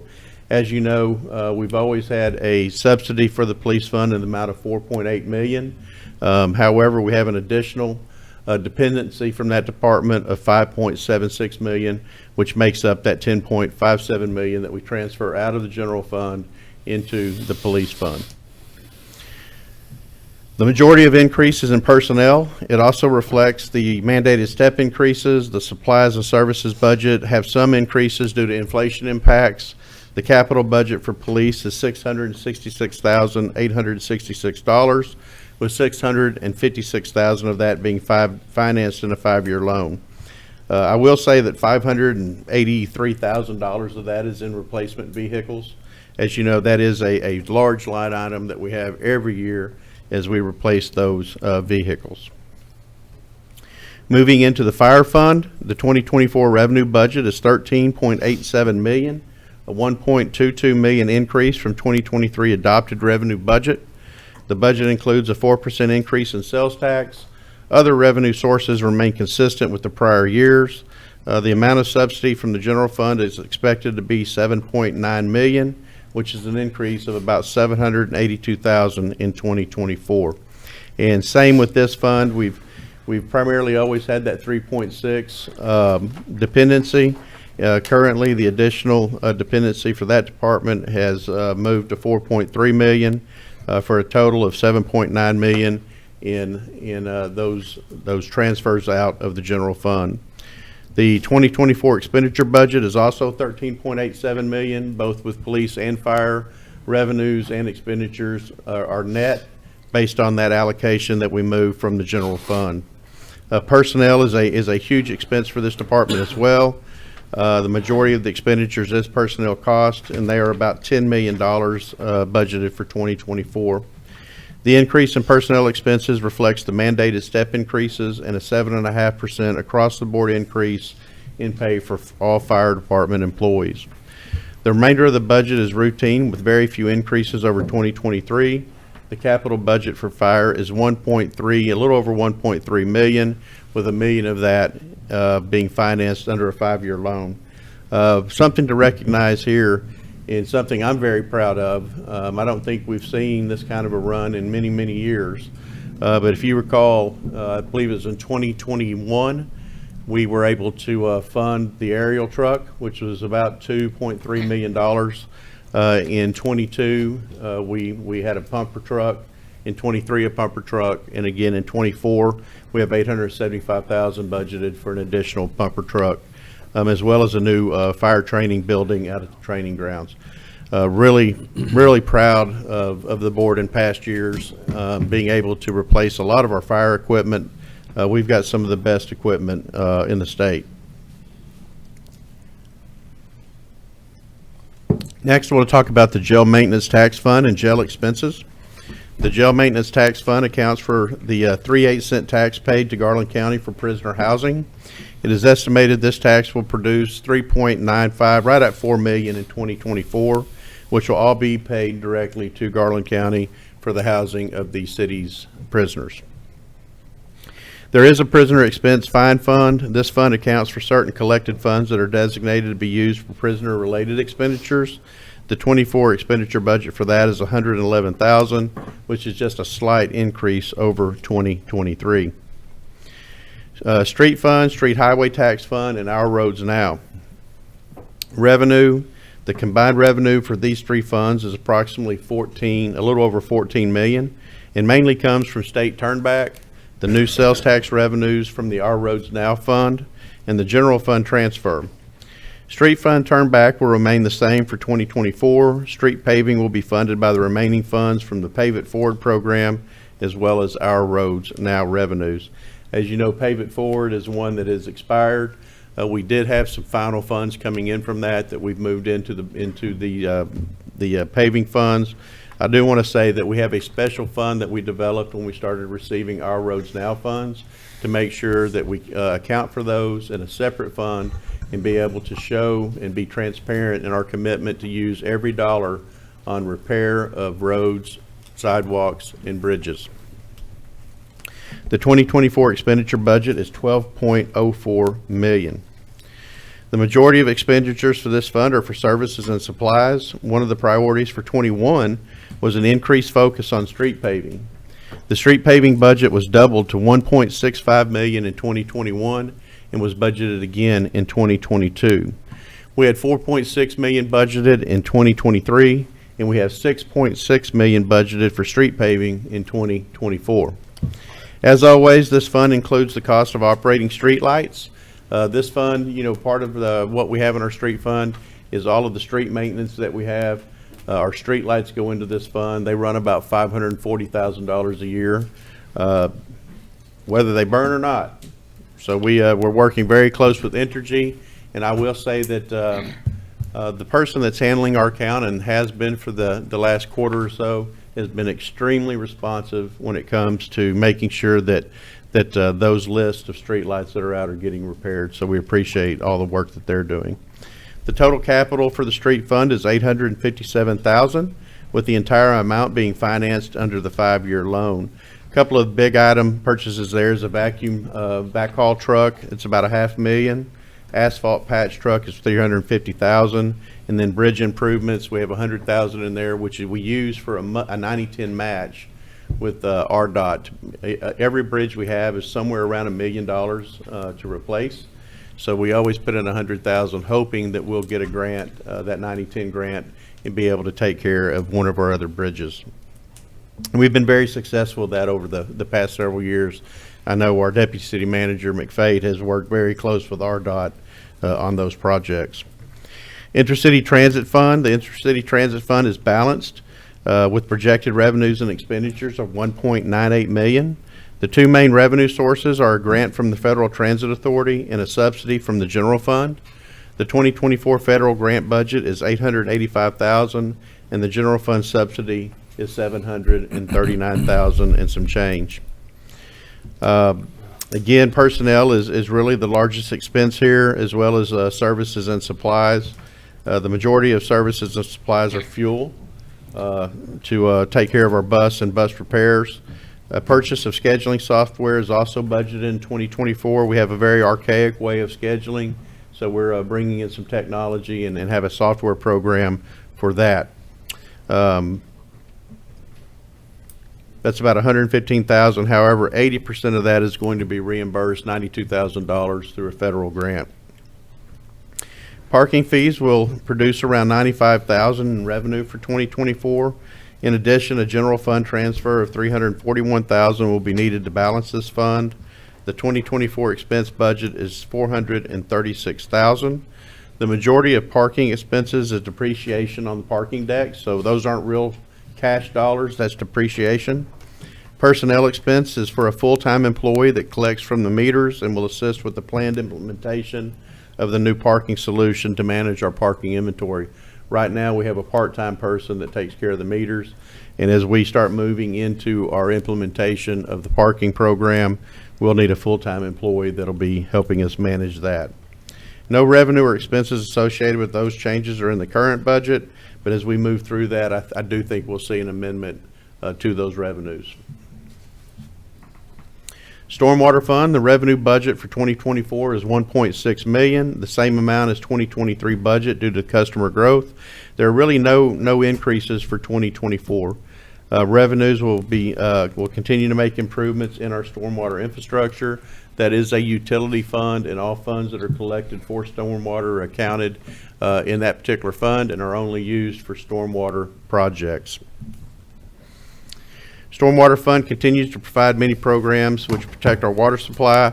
We have purchased some property for riparian buffers as we look at some of the watersheds that we have in the city. Property for one of the big expenses here is $450,000 for drainage improvements, $150,000 for a camera system so we can go down in those drains and see where we have infiltration or where we have collapse, and also additional appropriation of $150,000. We have been setting aside funds for quite some time for a new stormwater building. They've really outgrown the small area that we're able to use down at Transportation Depot. And Denny, I'm not sure, but I think we're somewhere around 3 or 4 years into setting aside money every year to be able to accomplish that, that new building. Airport Fund, the 2024 revenue budget is $3.7 million. The majority, 62% of the revenue budget, is from the sale of fuel. This is a decrease from 2023 budget that reflects current fuel pricing. Rental income is slightly decreased as well in 2024. The 2024 expenditure budget is $4.8 million, and summarized below, about $940,000 of that is personnel, $2.6 in services and supplies. But the big one here that affects this fund, again, is $1.3 million in depreciation. This is, again, not a cash issue with the airport fund. As you know, we receive a lot of grants from FAA for the airport. We recognize all of those in the year that we receive them, but then depreciate the asset out over time. So the depreciation is always a pretty significant number that we account for in the fund, but it doesn't really affect any of the cash balances that we have in that fund. A reserve was set up in '22 for funding a traffic complex in the amount of $550,000. The airport budget does not include any funds for construction of that complex moving forward. The gap between revenue and expenses is well covered by the airport's fund balance. Solid waste revenue, 2024 revenue is budgeted at $9 million and includes a 2% commercial rate increase. However, there are no residential rate increases planned in 2024. The 2024 expense budget is $9.9 million. The majority of solid waste expense budget is for personnel. Other large expenses include vehicle repairs, maintenance, fuel, landfill fees, billing, and administrative costs. The 23 expense budget was $9.3 million. The 2024 increase can be mainly attributed to the pay increases. I'm sorry, the 24 is $9.3 million, and most of that is due to the pay increases. Some of the larger ticket items there, one front load truck, which is the trucks that pick up our commercial dumpsters, is $372,000. Two collection trucks in our residential neighborhoods, those are $465,000. The smaller collection truck that they call the Pack Rat, the one that services a lot of the areas where the large truck can't get into, is $155,000. And then we have a skid steer loader, a loader of $65,000. The 2024 budget for capital is $1.1 million. And I will say that we do have a deficit budgeted for solid waste, but they've got almost a $9 million surplus easily covered. And in many cases, when we have that deficit budget, we see them come in the black. Moving into water, water revenue is $25.2 million. Due to increases previously approved by the board, this budget is higher than the 2023 budget. These increases are needed to fund inflationary expense increases as well as increased debt service. The 24 expense budget is $23.5 million. The majority of expenses is for services and supplies. Approximately $4.6 million is the cost share for the utility administration fund and the general fund admin fees. Other large line items are the electricity, chemical expense.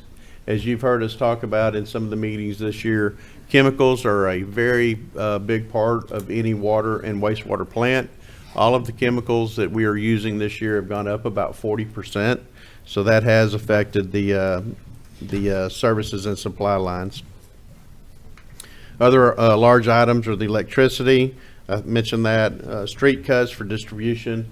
We are replacing lines in our water system, and we have to pay for those same street cuts like any other utility would. 2024 budget includes debt service expense for bonds issued for the water system improvements, as well as the annual payment for the Lake Ouachita Water to Mid-Arkansas Water Alliance. The 2024 capital budget is $2.3 million. The water system master plan was adopted in August 2019 and establishes guidance for operational and capital planning over the next 20-year period. The 22 budget contained funds to update this plan. Other major capital expenditures for the Ouachita Water Supply Project are funded out of bond proceeds and don't really affect our operational budget. Hey, Bill, excuse me, wouldn't that be 24 budget instead of 22? Yes, I'm sorry. Okay. Thank you. Typo. I got it. Wastewater, the 2024 revenue budget is $23.4 million. In addition to a previously approved 3% increase in volumetric rates, the 2024 wastewater revenue budget also includes an increase in the base rate charge. The debt service charge for 5/8 and 3/4 inch meters will increase $2.75 a month, and other meter sizes increase accordingly.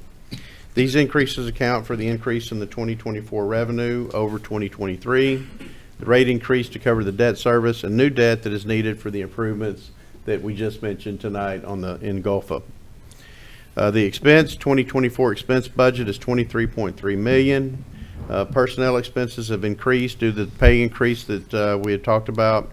A large portion of services and supplies is due to the cost share for utility administration, the general fund administration fees, which are about 5% of total revenues. Other significant expenses, again, same with water as wastewater, electricity, chemicals for the plants. However, we do have a lot of issues with replacement pumps and parts down at the Davidson Drive. Our master plan should be completed by the end of 23. Debt service is a significant part of wastewater fund due to the funding in 2009, 13, 16, 20, and 22 for system improvements. As you know, we've been under a consent administrative order for really about the last 12 years. We've had a great relationship with both the EPA in Dallas in District 6 as well as DEQ.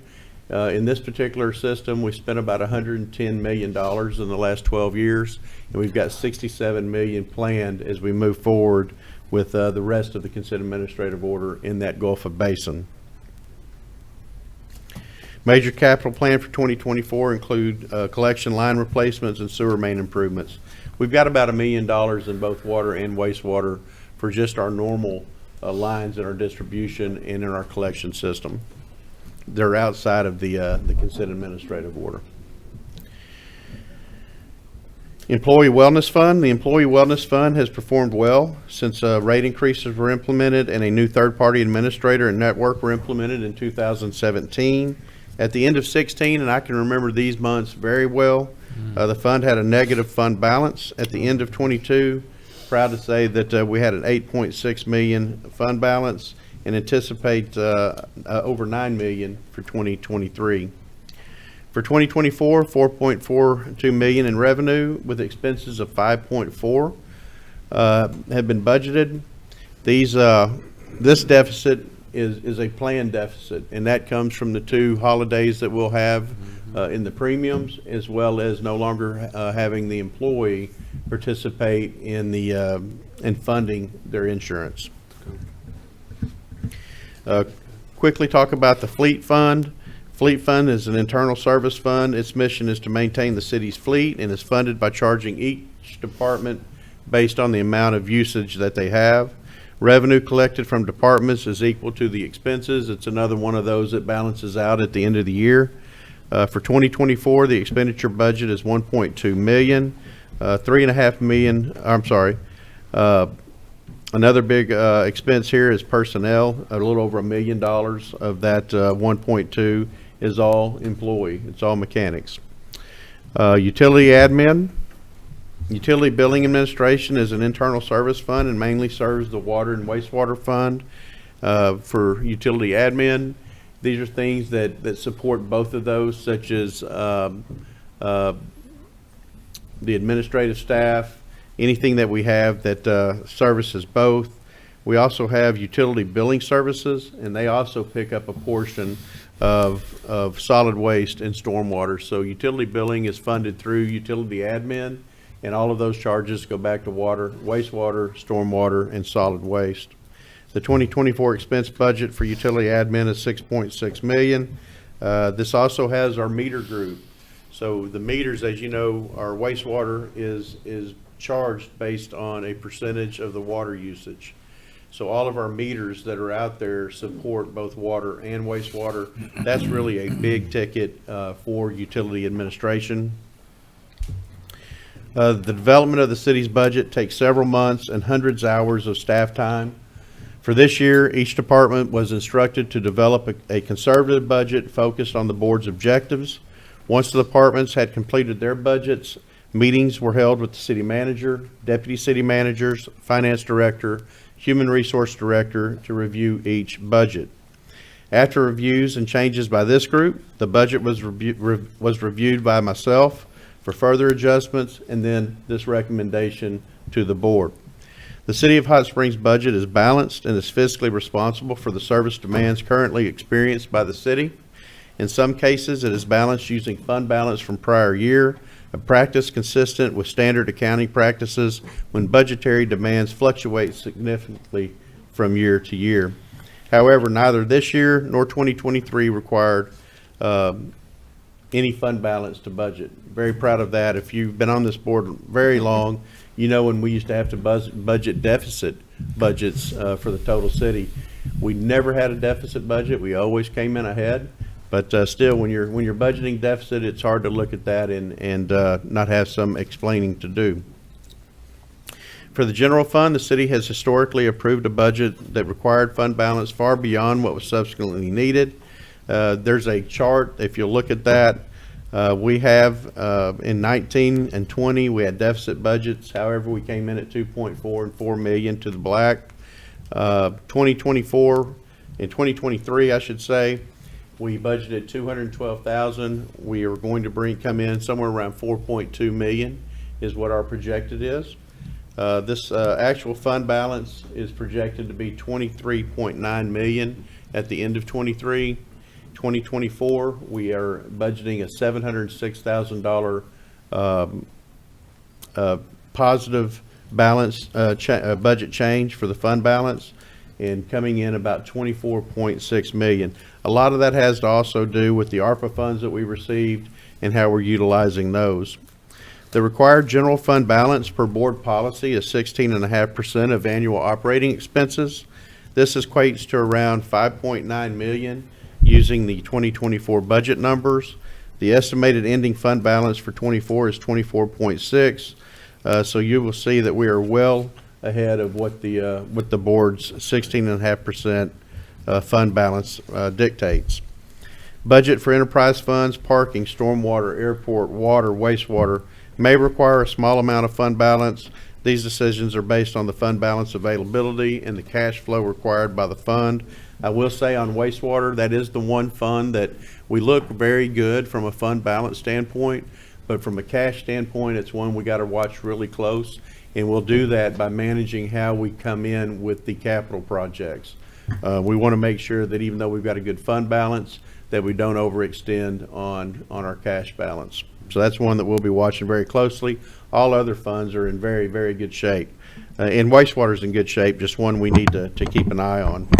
There are still many priorities that remain unfunded, and staff will continue to explore new ways of meeting these funding requirements. Overall, the 2024 budget is based on sound fiscal decisions and provides the necessary funding for many of the board's priorities. I want to thank the department heads and all of the dozens of city staff members who've helped in the preparation, analysis, and presentation of this budget. And with that, I will close and answer any questions you may have. Any questions of Bill? I have a question. I was kind of waiting Thank you, for that side of the room. Director Holliday? Okay, I have a question that kind of came up a little bit in the agenda meeting and in our budget meeting. It's specific to the compensation study that we did. So I asked you to provide me with a certain number, and I appreciate that. But my question first is the percentages that we are increasing compensation is based on getting all of the employees to the middle of the salary range that Evergreen came up with their research, correct? Yeah, and if I could, I'll take a moment and kind of explain some of that. Mm-hmm. I think it'll benefit all the board members. You know, when we started this project, we did have a couple of areas that we did talk to Evergreen about that we hard sold those in, and we have some of our lower pay grades that were coming in at $12.70. We have, unfortunately, we have employees that are working more than 40 hours a week with us that have to be on SNAP benefits. So when we looked at that and looking at the market, we wanted to try to get our minimum pay to as close as $15 an hour as we could. You know, we're competing, when you're talking about some of those positions, we're competing against McDonald's. And so we wanted to make sure that we at least got as close as we could to $15 an hour. Those that were at pay grade 5, we collapsed 5 and 6. So that $12.70 minimum pay went to $14.70. And that was, I'd have to go back and look, like an 18% increase for that minimum pay. And from there, it kind of took an inverted rise, if you would, throughout the organization. The higher amount of pay you were at, the higher pay grades, kind of the lower percentage when looking at those in the lowest pay grades. So when we did that with pay grade 6, and they came back with a funding model, those pay grades from pay grade 6 to 7, 7 to 8, 8 to 9, and so forth, they rise at about a 5% increment. They do increase to about 7.5% when you get into some of the upper positions where you're requiring certificates or degrees of some of those. Those kind of jump at a 7.5 range. one of the things, one of the reasons we're here is we've had a merit pay system that has been broken for years. The last time we funded the merit pay was in 2004. So we have always, this board has always had to make really some tough decisions. And I can remember times where we had to take 3 or 4 furlough days in a year because we couldn't even afford to pay the payroll as we had it. Thank goodness we're not in some of those years. I remember years where we had very, very low COLAs. I mean, it was like 1.5 or 2%. And I think that merit, whenever we did that back in 04, was somewhere around 2.5. So the issue that we have in a pay scale that climbs at 3.6% from that A through B to C is, if we funded that, we would have separation for employees. But if we funded that, we'd never have enough money for the COLA. I've never seen this board be able to really do both, a COLA or a merit. So what happens when you don't fund the COLA? Then you start getting out of step and no longer competitive in the market.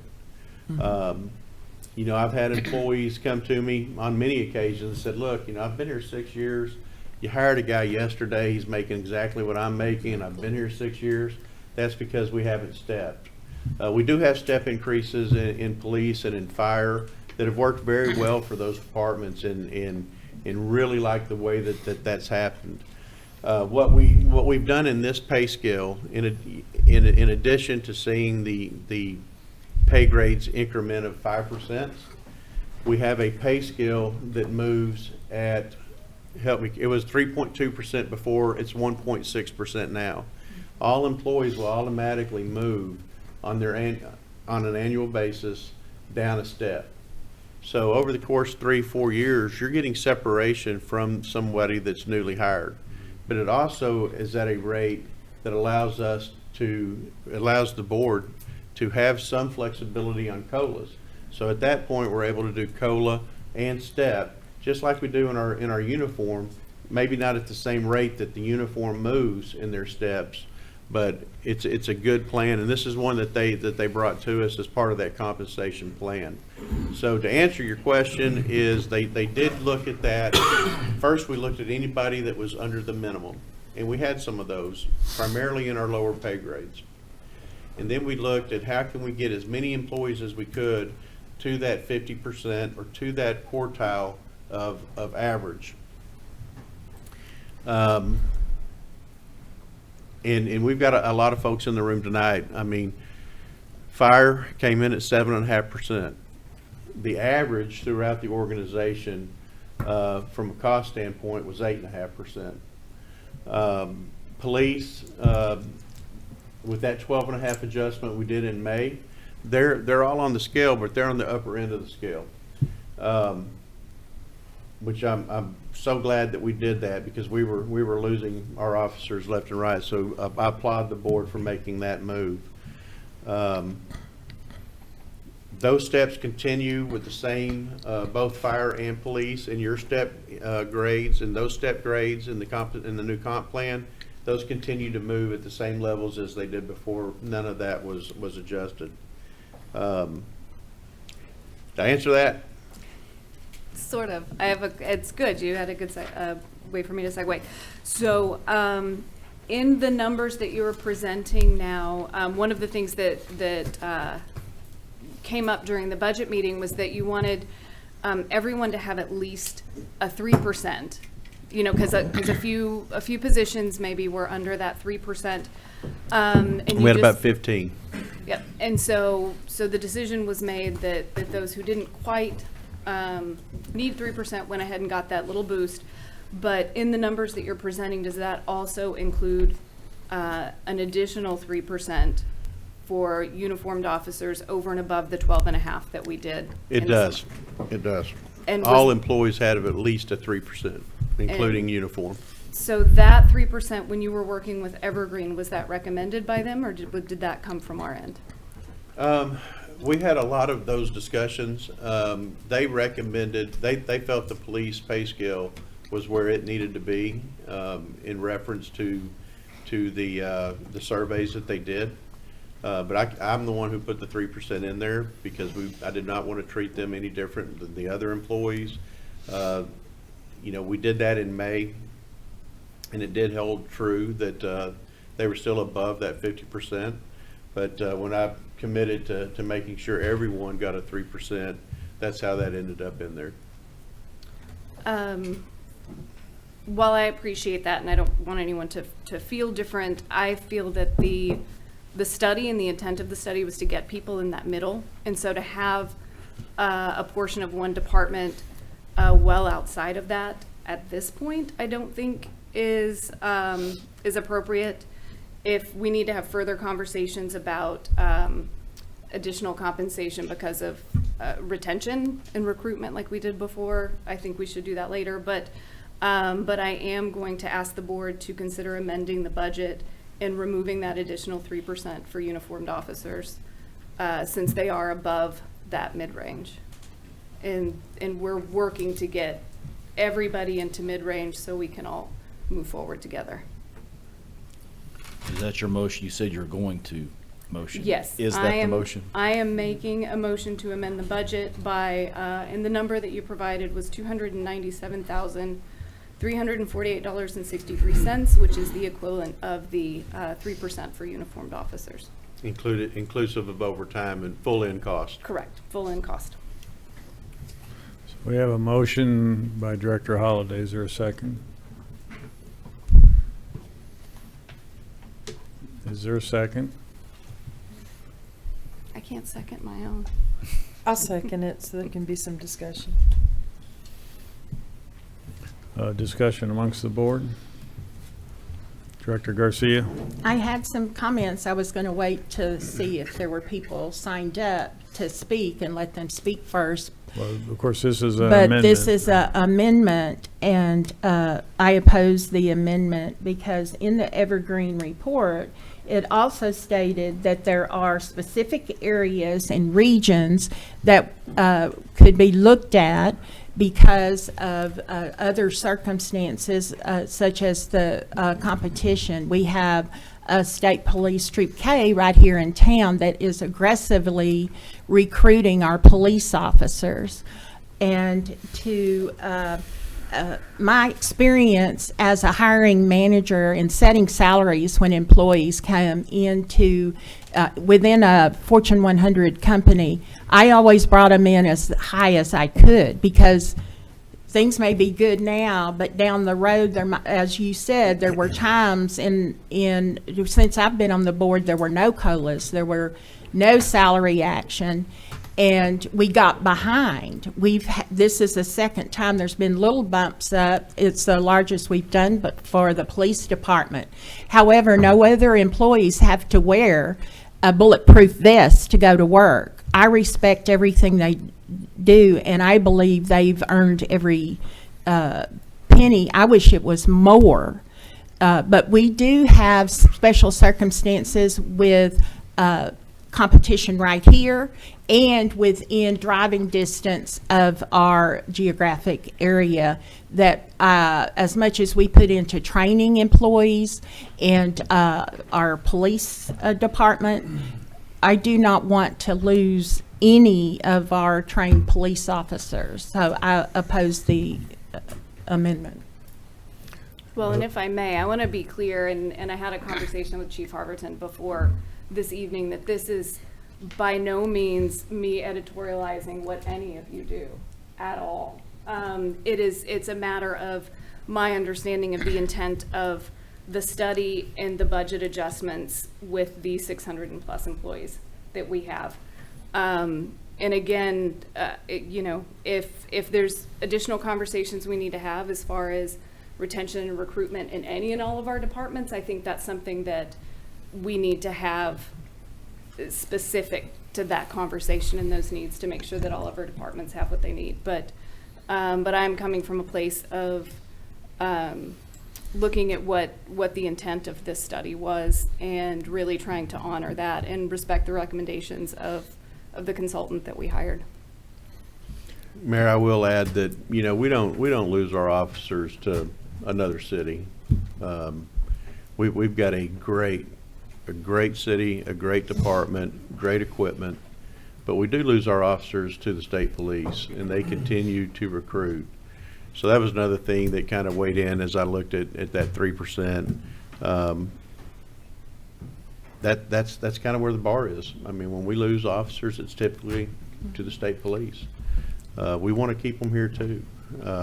But the recommendation was that, that's one sector that they look at, and then they look at other cities. I can tell you almost every city that I've seen or have talked to of any size have gone to 50,000 for their starting pay. It's kind of the norm now if they're going to be able to keep them. Because not just Troop K, every troop in the state is doing the same thing.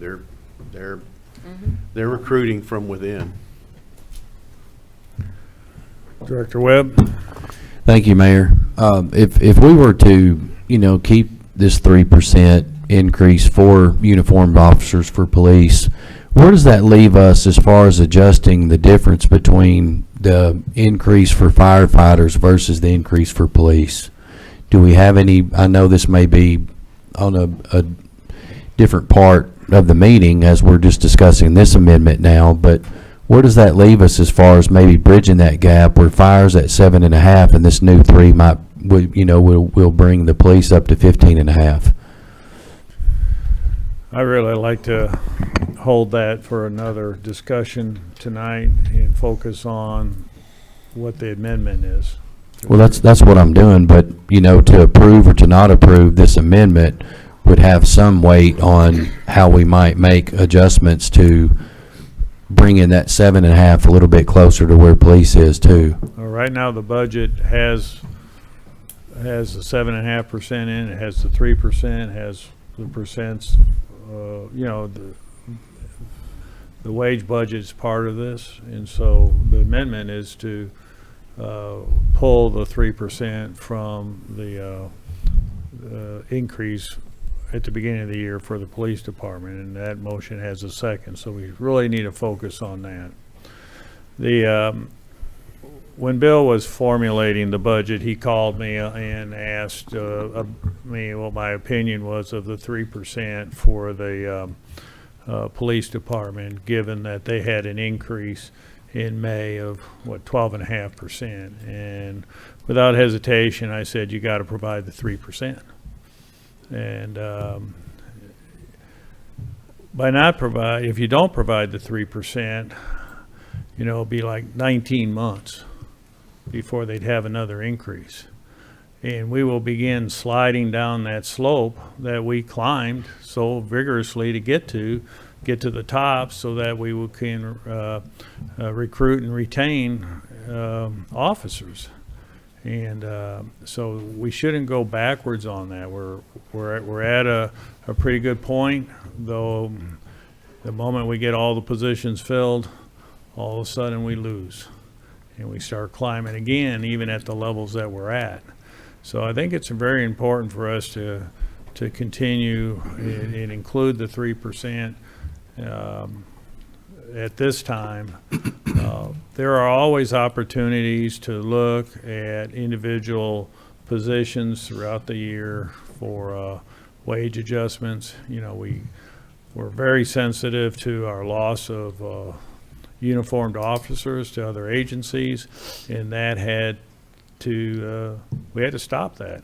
And to the degree that we've made some progress, and sometimes it's 2 steps forward, 1 step back, we're making progress. And so if there's other departments within the city that were experiencing that loss, then that needs to be addressed individually as well, to where we don't have open positions for 3-6 months, or we're not losing positions to other municipalities and other agencies. But I was fully in support of the 3% within this budget in order to maintain and enhance where we're at now and not fall backwards. Because I truly believe that we would be sliding down a greased pole, and it'd be very, very difficult for us to ever catch back up. Other comments? Director Webb? Thank you, Mayor. I think too, I support this 3% for police. I also support us as we move forward to analyze what can be done with this budget to increase the 7.5% for fire department as well. Any further questions? Call the roll on the motion to amend. Director Trustee. No. Holliday. Aye. Beard. No. Dobbs Smith. No. Webb. No. Garcia. No. Mayor McCabe. No. Motion fails. Any further discussion on the budget amongst directors? Do you want us to bring ours before hearing any speakers? Well, we do have speakers. I'm sorry, the question should be to Bill. Any questions of Bill? Hearing none, we have a few people who, go ahead. One question. On this budget that just came out, I don't know what page it's on.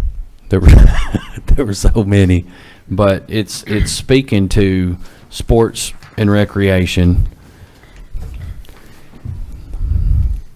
For the 2024 budget, bleachers and 8 new dugouts, playground equipment, Kimry, playground, kite, Kimry, mower, all in a total of about $250,000. Are these items all new, or were the dugouts and the bleachers what was included in the resolution that was passed by this board a few meetings ago?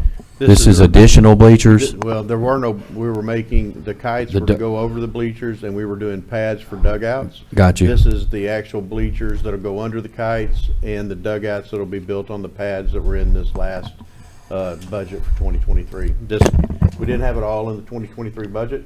Those things were in the 23. These items are in the 24, and it's kind of a combination, like we've done many times at Kimry. We have to kind of do things in multiple years to be able to get that accomplished. So you were saying the kites that were passed under the previous resolution by the board are to cover the existing dugouts now, and these 8 new dugouts would replace those existing dugouts, right? The kites are not for the dugouts. Playground equipment, okay. Yep. This is new playground equipment that we'll be installing. In this budget, we also have bleachers that will go under the kites that we're building in 2023.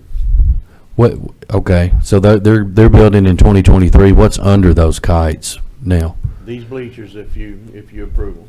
But if the kites are just up, nothing is under the kites? Correct. Okay. Other than people in chairs. Chairs and stuff? Okay. It's important that we move the dugouts, and that's why we have 8 of those being moved on the 4 fields. The pads is what was in the 23 budget. This is actually moving and rebuilding dugouts on those pads. Thank you. Any additional questions of Bill? Hearing none, we do have a couple individuals who have signed up to speak on this ordinance. And the first is Quincy Lawrence. Please come forward and restate your name, address, and district, please. Hi, my name is Quincy Lawrence. I'm here on behalf of the Hot Springs Professional Firefighters Union. I'm the vice president of Local 879. Thank y'all for hearing me, and thank y'all for all the hard work that went into this. I can't imagine that it was easy. I'm sure it was very time consuming. Like I said, I'm the vice president of the union, and I've had concerns brought to me based on this budget that's being put forward. With the budget, if it was passed as it is set up right now, we would create a gap of just shy of $8,000 between starting pay for PD and starting pay for fire department. And let me restate, I'm not here to advocate taking money away from especially police or anything. That is not my intention. I'm here to advocate closing that gap for us. I've talked with 5 different fire departments in the surrounding areas that I would consider close to us. I spoke with Conway, Benton, Bryant, Little Rock, and North Little Rock. When you compare the salaries between fire and police, you get an average difference of $2,400, obviously in favor of PD. We're going to be over tripling that budget here. And not only is that a little disheartening to the firefighters, we also think it is going to bring up issues in recruitment and retention. Right now, it may be hard to believe, but we don't have a lot of people applying who just grow up and want to be firefighters. It's just not something that happens. What happens is they get on the city website and they look at job openings. And when you can click on one application and see $8,000 higher than the other application, it's going to bring issues in our recruiting. We are expecting a significant number of people to have to hire this year.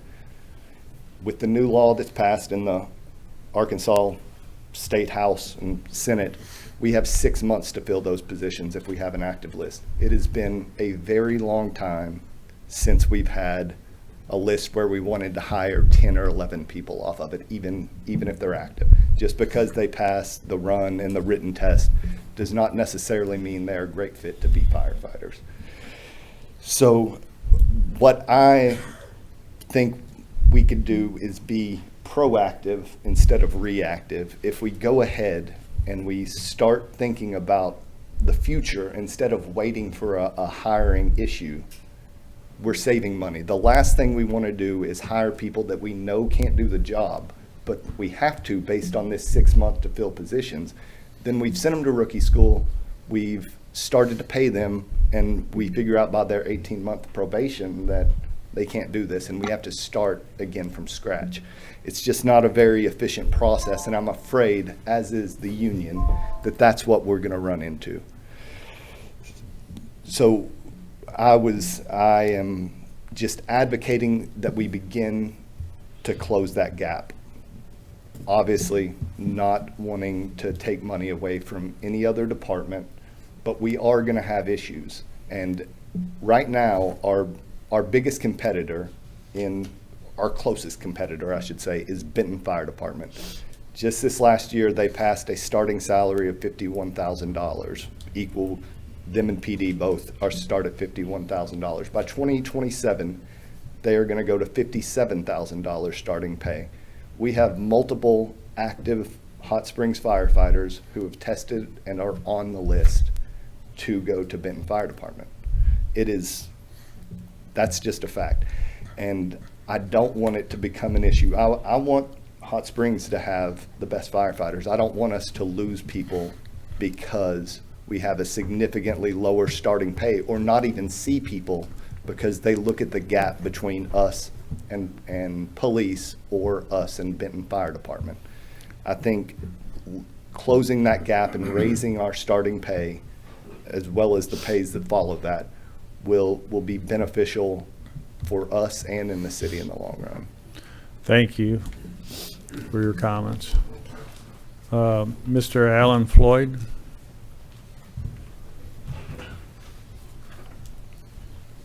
Please come forward, restate your name, address, please. Alan Floyd, and I'm just here to talk about allocating some money and funds for soccer here in Hot Springs. I just want to say that I'm pretty much new to the world of soccer. Growing up, I viewed it as a sport for the Hispanics and Europeans. I was from a little small town in Murfreesboro. We just had, football, track and baseball and basketball. Fast forward 25 years, and it's become a popular sport here in Arkansas. It's also the most popular sport in the world. I remember in high school having some friends who were foreign exchange students from Brazil, and they were just shocked that we didn't have soccer. Now later on, they became football fans because they were the kickers. So they got a starting role there. But getting back to the subject, my son started playing soccer a few years ago at the YMCA, only because flag football fell through. And he quickly really enjoyed the sport of soccer. So we got him over in Hot Springs Soccer Association. And up until last year of playing there, we always had enough room to practice our soccer practices and games, which is about half a field. This past season, we only had 2 times our team didn't have a proper amount or size field to play on. So we're using a quarter of a field to practice 20-plus kids though, the whole season. We had a lot of upset parents, kids, and coaches. There are 3 soccer fields in Monroe, a small one, a medium, and then a full-sized one. The solution a lot of families have made is traveling over to Benton to play in their leagues. You want to know the solution is? It's probably developing a program here, a field here, a nice facility here.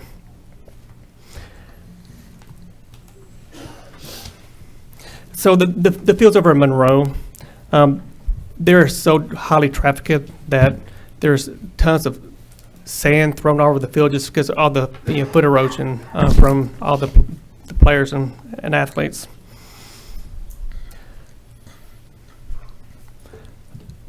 I've been heard one family member say, it was actually from a opposing team, they're wanting to know what all the sand was there for, and they're hoping that it wasn't there for fire ants, which we sure wasn't. So the solution is, you can't sit here and say there's not a interest for soccer here in the city, in this community of Hot Springs. Especially when we have kids traveling to Benton, which is kind of embarrassing that Hot Springs doesn't have a soccer facility for our children. And while I look at Hot Springs, I see a great potential.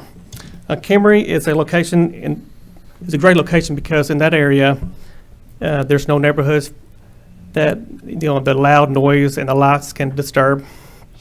It's also a lot of undeveloped land around Kimmery. From what I understand, is there's over 100+ acres over around Kimmery, where we can actually develop a stadium. You'll build a stadium with lights and possibly turf. The lights will do a great factor for us. We can get more practice time in for our kids. And then the turf, turf is just nice because, for field maintenance and with the high traffic, field erosion, you don't have that with turf. I will say that I see Ed's back here. He's probably going to talk next. I would hate, you're not talking, Ed? No? Okay. I would say that I would hate to have his job because he hears, conflicts, complaints from, both ends. But I will say that, as you may have heard of Lionel Messi, so he's like supposed to be the greatest soccer player of all time. He just recently moved to Miami to play in the U.S. soccer leagues. Soccer's coming up in this region. Mr. Floyd, we allow 3 minutes, and I've been very lenient tonight because of the subject matter, but could you provide a closing comment? Yes, if we developed a stadium here in Hot Springs, we would quickly turn into a soccer hub of the state. This would bring in money, revenue for our hotels and restaurants, and people love an excuse to come to Hot Springs. So let soccer be another reason. Thank you. Thank you. That completes those who have signed up. This gentleman, did you want to come forward and speak? Oh, wait, we got more? Ed, you signed up for public comment. Did you want to speak on this item? I sure can. It's going to be the same thing, similar. Just kind of bringing up the fact, well, my name's Ed Argueta, and I am at 219 Bluebell Court, District 6, and I'm deeply involved in soccer. My children play the sport. I wear multiple hats, like Mr. Floyd was pointing at me. He kind of knew, hey, this guy behind me is the president of the Hot Springs Soccer Association, so he might talk a little bit more. But our association caters to a substantial number of kids, with 400 kids participating in the fall and about 300 in the spring due to high school. However, we face a pressing need for more space to accommodate our growing number of young players. Additionally, we're in dire need of adding lights to these fields to extending playing time for our players. That's not just including Monroe, because that is part of the county, but we are talking about Kimmery Park, Linden Park, all these places that have soccer fields.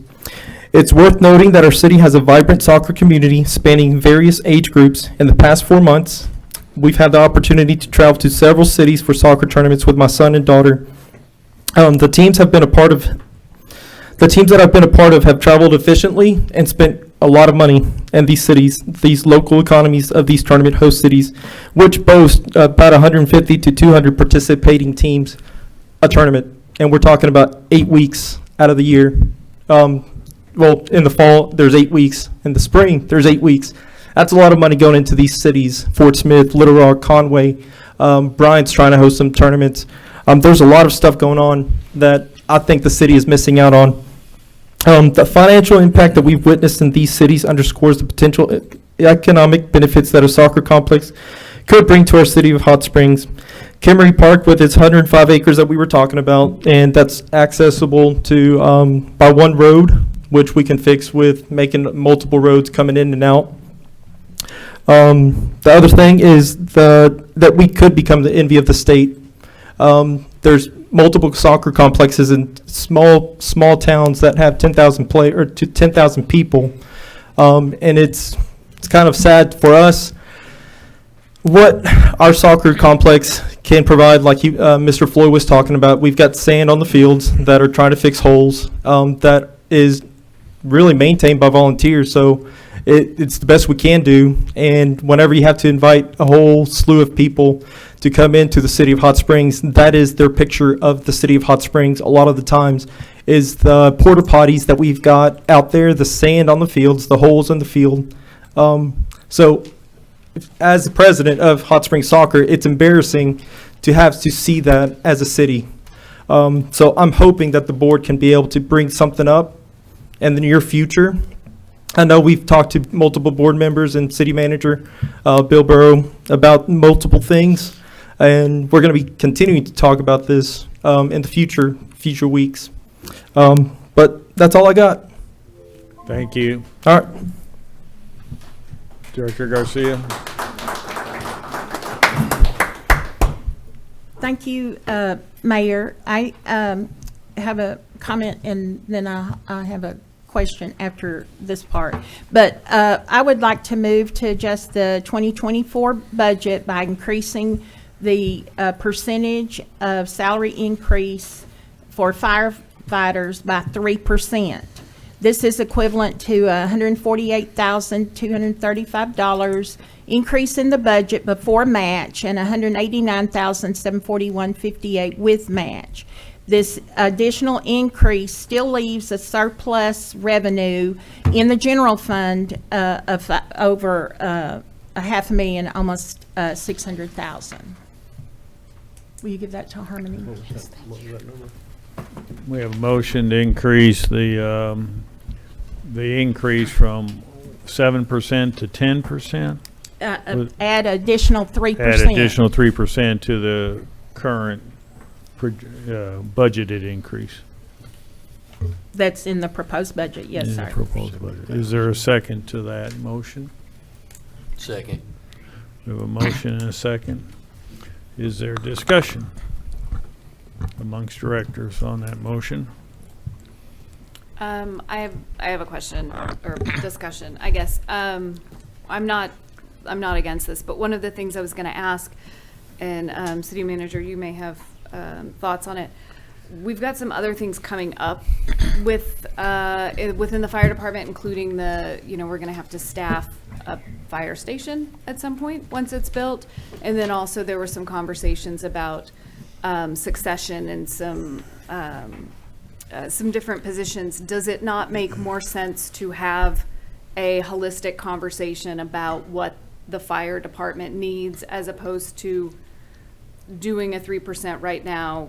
When we talked before with PD, it includes some signing bonuses. There were extra things for individuals who are multilingual or who lived in the city. Like we looked at all kinds of things all at once in a larger conversation.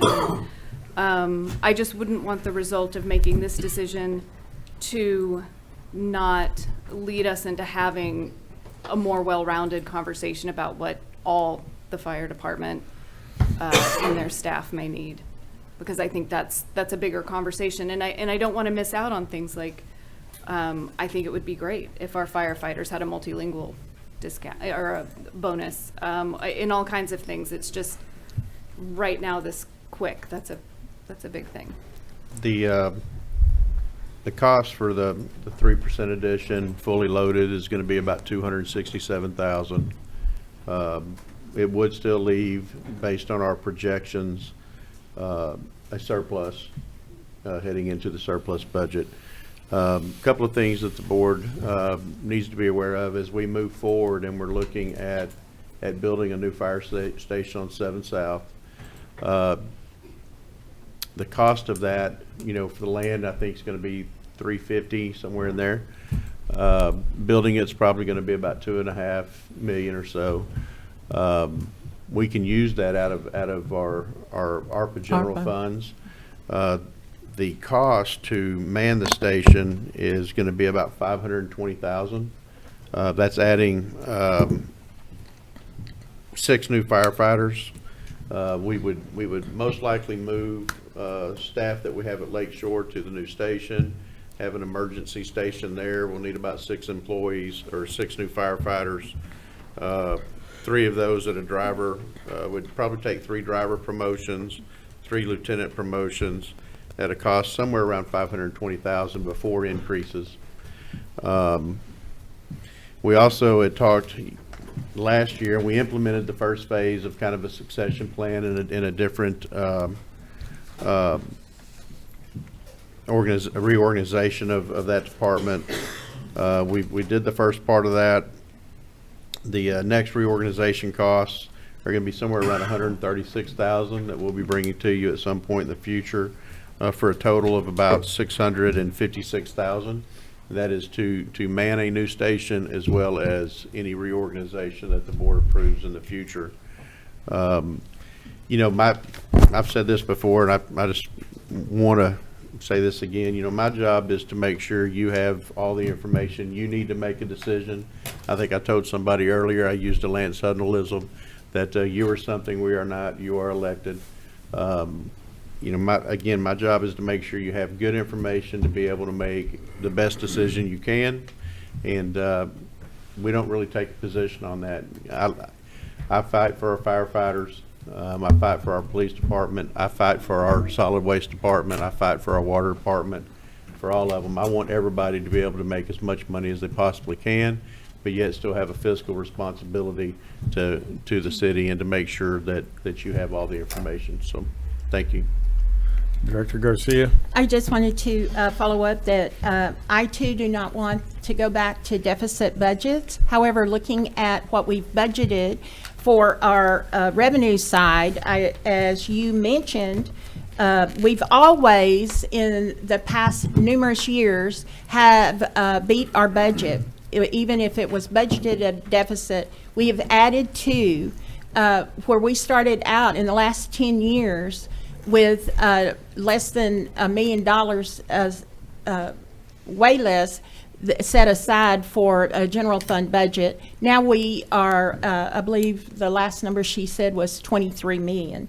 So we have, but I don't want to use that. We have budgeted the sales tax at 4%. We did last year, and we're at year-to-date 6.3%. And even higher percentage over the Oaklawn that is in there. So each year we have been receiving revenues exceeding the budget amount, even during a COVID year. So if we beat it during a year of COVID, we were one of the few cities in the state of Arkansas to do that, then how are we going to keep doing better with even more attention given to Hot Springs, with the North Woods, with people coming here because of all that is going on in Hot Springs? So I believe that the additional, even, we're not going to have a new fire station in 2024, but I believe based on the trends and what is the improvements that are going on in Hot Springs, we will be able to cover the new fire station staffing with the additional revenues. So I'm not proposing to go deficit based on, I may have not included all of the loading in what I understood would be the cost for additional 3% for the firefighters.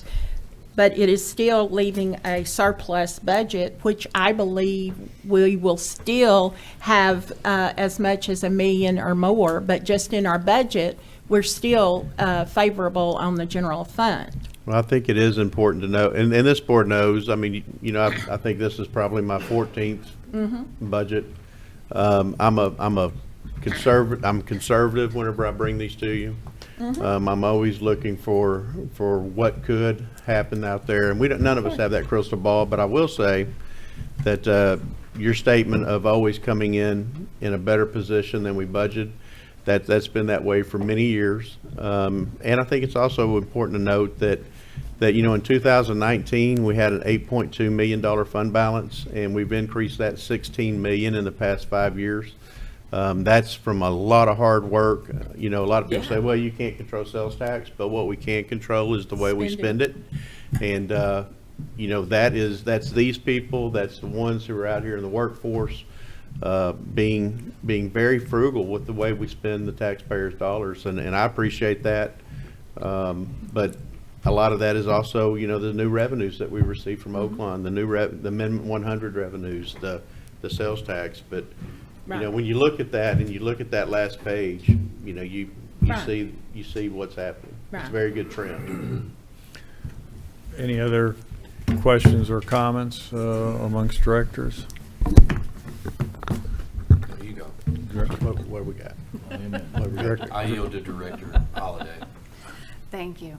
No, I have no problem with the fiscal impact or for, you know, firefighter compensation. I just want to make sure that this is not going to, in any way, keep us from having a larger conversation within a really efficient timeline as far as what the fire department might need. I mean, it was shared with us that there may be issues with recruitment moving forward. You know, this is, I mean, you're an accountant, you know numbers better than I, but, you know, is this something that would fix that? We don't know. We're coming up with 3% at the table right now. You know, what are other things? And so if there are real needs that the fire department needs, you know, I do hope we hear from Chief Davis sooner than later. Because we certainly don't want to have to scramble and see people leave, and we don't want to get in a position to where, you know, we're not planning for the larger picture because we have made a decision tonight and feel that we have satisfied a need moving forward because we're not having a larger conversation about it right now. Director Webb? Thank you, Mayor. Based on the numbers that are being presented to us, and I won't repeat those numbers, I'm not sure I could, but I do know it sounds like we're in a really good state as far as the budget is concerned. The 3% is definitely not going to put us under, but I think Director Holliday's point is very valid too. I would support this 3% increase for the fire, but I do think as we move forward, we might want to consider having a work session that was similar to that we had with the police to determine what those needs are as well. And is the 3% going to satisfy any retention issues? Is the 3% increase to what is already being considered as an increase or an added to the 7.5?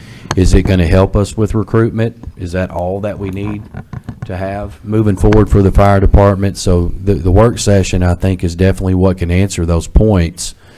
And I want us to revisit that issue. But for tonight, I think the 3% is what we need to do. The comments that Mr. Lawrence made, you know, I take to heart with regards to, you know, the compensation from other communities and the compensation between varied departments, police and fire. And I think Director Holliday is spot on with regarding to taking a total view of the issues with the fire department and the need to really have this addressed in a focused manner.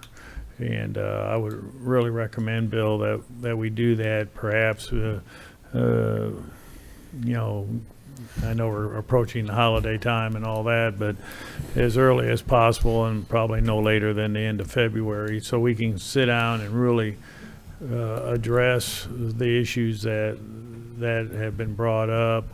And, you know, certainly the fire department leadership, I need to hear from them, and we as a board need to hear from them.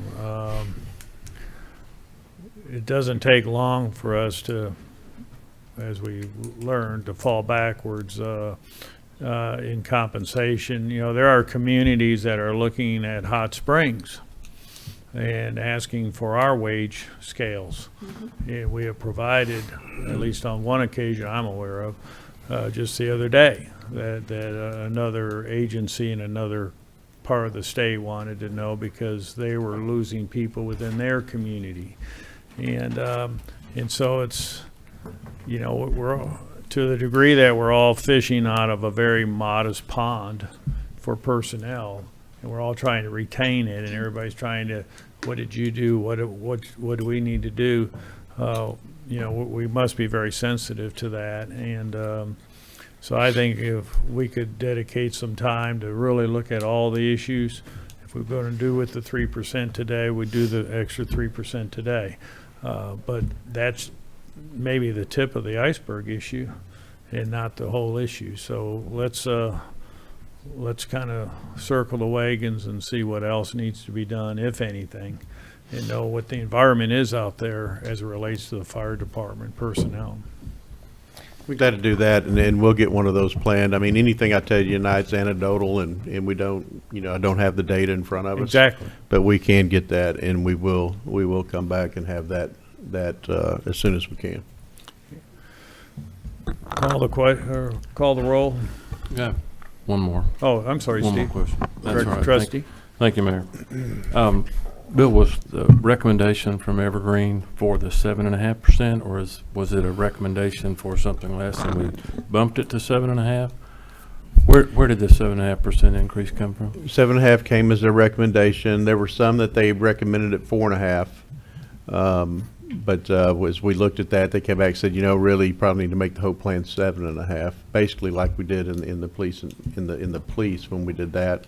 They didn't want to have an incremental change because then that does start affecting your pay grade differentials and your steps, because they've had step increases in place for many years, and that's something we didn't want to break that, because that's a working system. They don't, you know, their steps are a little bit different as far as 1, 3, 5, 7. But once we start manipulating some of the increases, we start affecting that pay scale too. Sure. So their recommendation came back and said, hey, it's probably 7.5 is the right number for all, even though some of those firefighters fell into that 4.5 gap.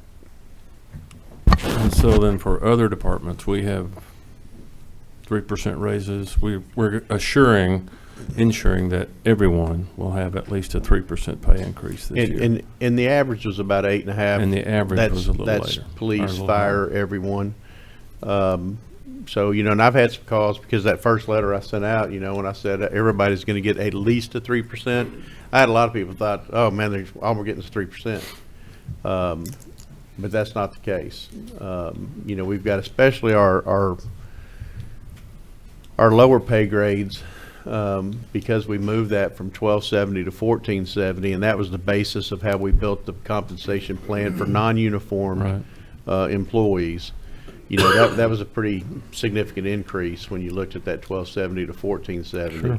And as that flowed through the organization and in the new pay plan charts, it was kind of inverted as it went up. All right. Those that were in some of your upper echelon positions had a less percentage increase than some of those others. And then there were specific ones. And even with this, we're still reviewing specific job descriptions. Some of those, we had 3 cities come back with us in the last week and got their information. So we're still evaluating and looking at those from a job duty standpoint as we continue to work on the job descriptions. And there's going to be some one-offs that we need to come back, or that I'll make adjustments to as we move through. 2 of those that come to mind is truck drivers. You got a CDL license? You can go to work just about anywhere you want to work. Ours, I don't have that pay in front of me, but I can tell you that we're way out of market on that. I still think we're out of market even with the study, and I've asked them to take a deeper dive into those.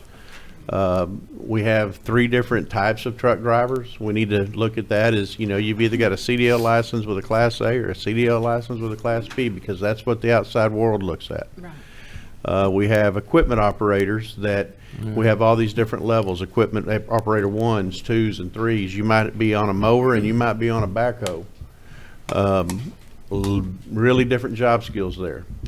So I've asked them to take a deeper dive in that and what other communities are doing in those particular jobs. So, you know, some of those things are still fleshing out as they look at the specific job duties. And I can tell you that was an effort in itself. Every job description we had was updated, was sent to them. A survey was sent back to each employee that wanted to take part, so they could look at that job description and go, is this what you do every day? And if it was different, they had options that they could choose and then make comment. We got those back, not who filled out what. We just had generically, this is what the employees in this position said. And so we looked at those and then had supervisors look at those a second time and go, hey, are these duties also included in what they're doing?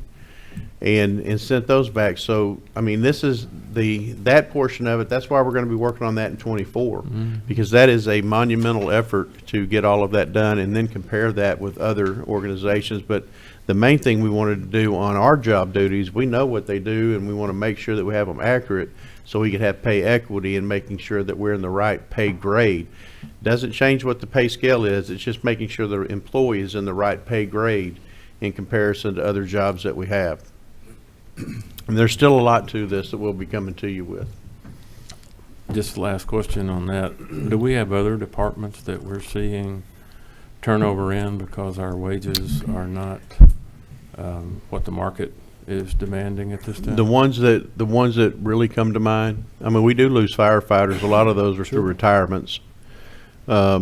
And bless them for that. They've served our community for years and years and deserve that. Yes. I'd lose a lot of truck drivers. We lose, probably the one thing that we lose more than anything today are people that work in utilities and wastewater on lift stations. Can't hardly keep, I think I've got 8 or 9, maybe 10 openings in that particular function. That's a tough job to fill. Mike Rowe wouldn't do that job. I mean, it's a tough job, and we're going to have to look at some of those individually as we move forward.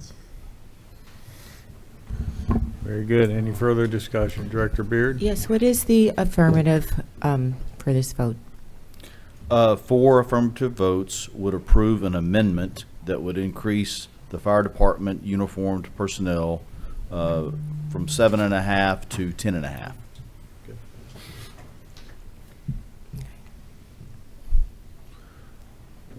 Please call the roll. Director Holliday. Aye. Beard. Aye. Dobbs Smith. No. Webb. Aye. Garcia. Aye. Trustee. No. Mayor McCabe. Aye. Approved. We have our first amendment. Amendment's been approved. Director Garcia? Yes, that, I mentioned I had a question, because I fully support soccer programs, and I'll tell you something that nobody knows. When my boys were kindergarten and first grade, I was a soccer coach for their team. Don't ask me anything about soccer. I just ran up and down the field when I'm telling them to run and keep their shin guards on. But it was mentioned about we had access to 100 acres. This was the first time I heard that. Does the city have 100 acres adjoining Kimmery? I don't believe so. Any property that's out there is FAA controlled. It is part of the airport. Oh, that. But we have discussed finding level property within our that Hot Springs could have a sports complex, and I do believe this is one of those items we too need to continue to look at the big picture. We know that we bring tournaments here for softball. We built, or the A&P built the Majestic baseball, and it filled up with tournaments coming here. And I do too believe that soccer would do that for Hot Springs as well. Well, that's certainly on the radar, and we Yeah. have options that are being addressed. And of course, there are always two parties to every transaction, so. Right, but we don't, I mean, you said that was the airport land that's controlled by FAA. Yeah, we It's don't- not, okay. That's Well, correct. all of Well- Kimmery is FAA, is part of the airport. Yeah. Yeah, but for development, I know it's limited what we can do. All right. Director Thank you. Webb? Yeah, thank you, Mayor. Just following up with that, I did look at some GIS reports, and Brian, I want to thank you for helping me know how to navigate the screen on the city's website for that. So I did too notice a lot of land in and around Kimmery, around the airport, that was highlighted in green, which denotes that the city does have ownership of those lands. When you're saying that FAA controls it, what exactly does that mean? You're How gonna rent much? it- You're gonna rent it per square foot. But it's, the city owns it, but yet we've still got to rent it? City doesn't own it. Airport is a enterprise fund, and if you use it, you have to pay for it. They've tried to get us to do that with Kimmery as it is today. We've been able to offset that because it's been there for so long. But I can tell you, if we try to use any more property at Kimmery, we're going to be paying the airport out of the general fund for that use.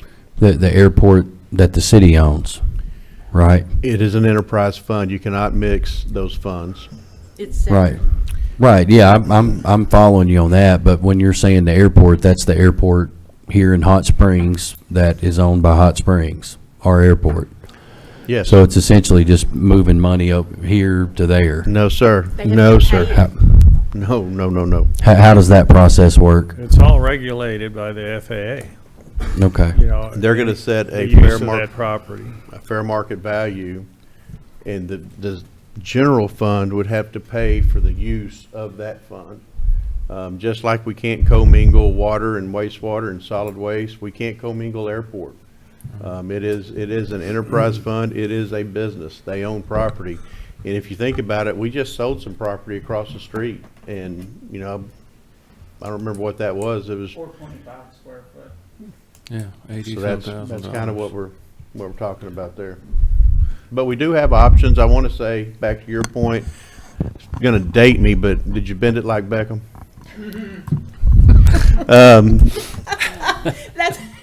But anyway. I was thinking Pele. You're going Beckham. I'm going Pele. That's right. You know, on a serious note, I mean, soccer is something we have looked at for a long time, and I think it's worth mentioning that you've ranked that on your unfunded capital projects. We've got several $1 million that we're going to be infusing into that, and I kind of think we're going to probably get to that point. Right.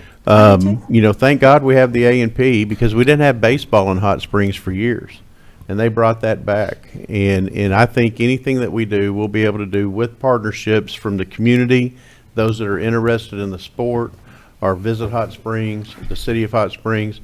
We'll be able to get there, but we can't do everything at once. But I do think we have a great opportunity with those funds. We've got a drawing of Linden Park that has about 5 fields on it, 2 full-size fields and 3 youth fields. We've got some other things happening that I can't really go into tonight that are a significant opportunity that, if it comes to fruition, it will be a true complex, not something we're trying to piecemeal at a park that's already kind of oversaturated as it is. So but we've gone through that. I mean, you've heard my recommendations on that before, but I think it's important to note that we do have those ARPA funds that are not part of this operating budget that I think we'll be using for some of the improvements that we talked about tonight. Director Webb?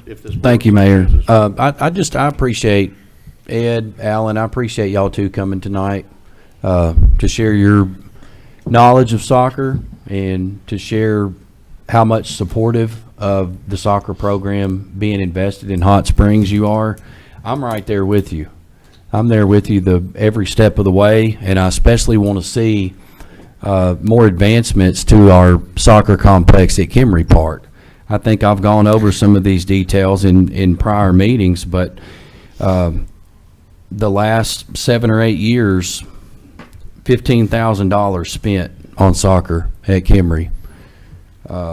We've got a petition that went out earlier this year, about 800 signatures on it. Players, citizens, residents, taxpayers all support keeping soccer at Kimry.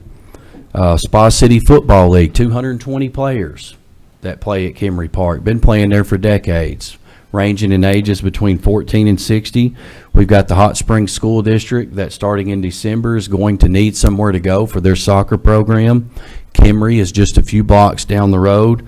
They're going to need Kimry Park for soccer for the next 2.5 to 3 years for their school. Kimry's proximity is perfect for our city. Smack dab in the middle of town, low volume traffic. I heard one of y'all mention earlier too that as far as noise, lights, traffic coming in and out, it isn't going to bother residents because no residents are immediately around Kimry Park. It can bring revenue the same way softball does. I think softball is being projected at $65,000 this year in revenue fees for 24. Soccer can do that too. And how great for the city would it be if we could get two of those sports that are bringing that kind of revenue in? But I look at this budget here tonight for 24, and yet it's one more budget, one more year without any allocated funds for the soccer complex at Kimry Park. You know, it's nice to see that we're paying attention to the concession stand. It's nice to see that there's great lights for the softball complex because softball is doing some great things out at Kimry. And I support our softball program, but I also support the other amenities that are at Kimry complex as well. And for soccer to just be ignored for as many years as it's been ignored, it shouldn't happen another year. Soccer is growing. There's some issues, I think, with lease agreements out at the Monroe soccer field that could cause some of those teams to have to break up. They're going to be looking for somewhere to go. There's already expressed interest here tonight that Kimry Park is where they could go. The budget for this year for sports and recreation is at $672,932. Last year, it was $1,375,000, so it's a difference of about 51%. If we were to add $250,000 to this budget this year for sports and recreation, it's still going to come in less than last year's budget. That's where I'm going with this. I want to make a motion to amend the 2024 budget to move Kimry soccer lights off of the major capital unfunded project list into the general budget for 2024 for sports and recreation in the amount of $250,000. Is there a second? Second. Motion and a second. Any discussion? Director Garcia? In the unfunded projects that were the board members have already reviewed, and what other projects on that list are above that? Because it's my understanding there's some public safety that's above that, and I have to support public safety. I mean, we don't have the list in front of us. Do you have the list to hand out or anything? No? Okay. You know, I'm prepared to talk about the operating funded budget. projects. For one thing, I think the number you mentioned is not correct. We've spent more than that on soccer at Kimry. But secondly, there are some things that I think happening in that unfunded capital project list that we may be able to get a reach and be able to do some of these things. I'm not against soccer. I'm pro soccer, but it has to be in a way that we can physically maintain it. I've made my recommendation on that. I know that Director Webb disagrees with it, and that's fine. Again, you're something I am not. You're elected. My job is to give you the best information I can give you. Your job is to decide what you do with that. I'm not upset with it either way it goes, but I do think there's better uses for our dollars at Linden Park if we choose to go there for soccer than Kimry. I think that there's other things in the works that may be better than even that. I think the last thing I heard about Monroe is it's a 10-year lease. They're 3 years into it, have 7 years left on that. And you guys have made a wonderful investment. I think you actually paid for the turf of that field, or the groups that play out there deal. those kind of things where we have an interest in a group that wants to come in and actually have some skin in that game, I think helps. I think this is the beginning of conversations on how we can get to that soccer complex, not an end to be all. I mean, I've mentioned to Ed a couple of times, want to sit down and talk to you, show you what we've got. I heard you at the podium. You said whether that's at Kimry or Linden, wherever it is, you're looking for a soccer complex. We want to help you get there. We spent a lot of time on the ranking of unfunded capital projects, and as all communities, you have unlimited wants and you have limited resources. So somebody's going to be number one on the list, and somebody's going to be towards the bottom of the list, and everything else is in between.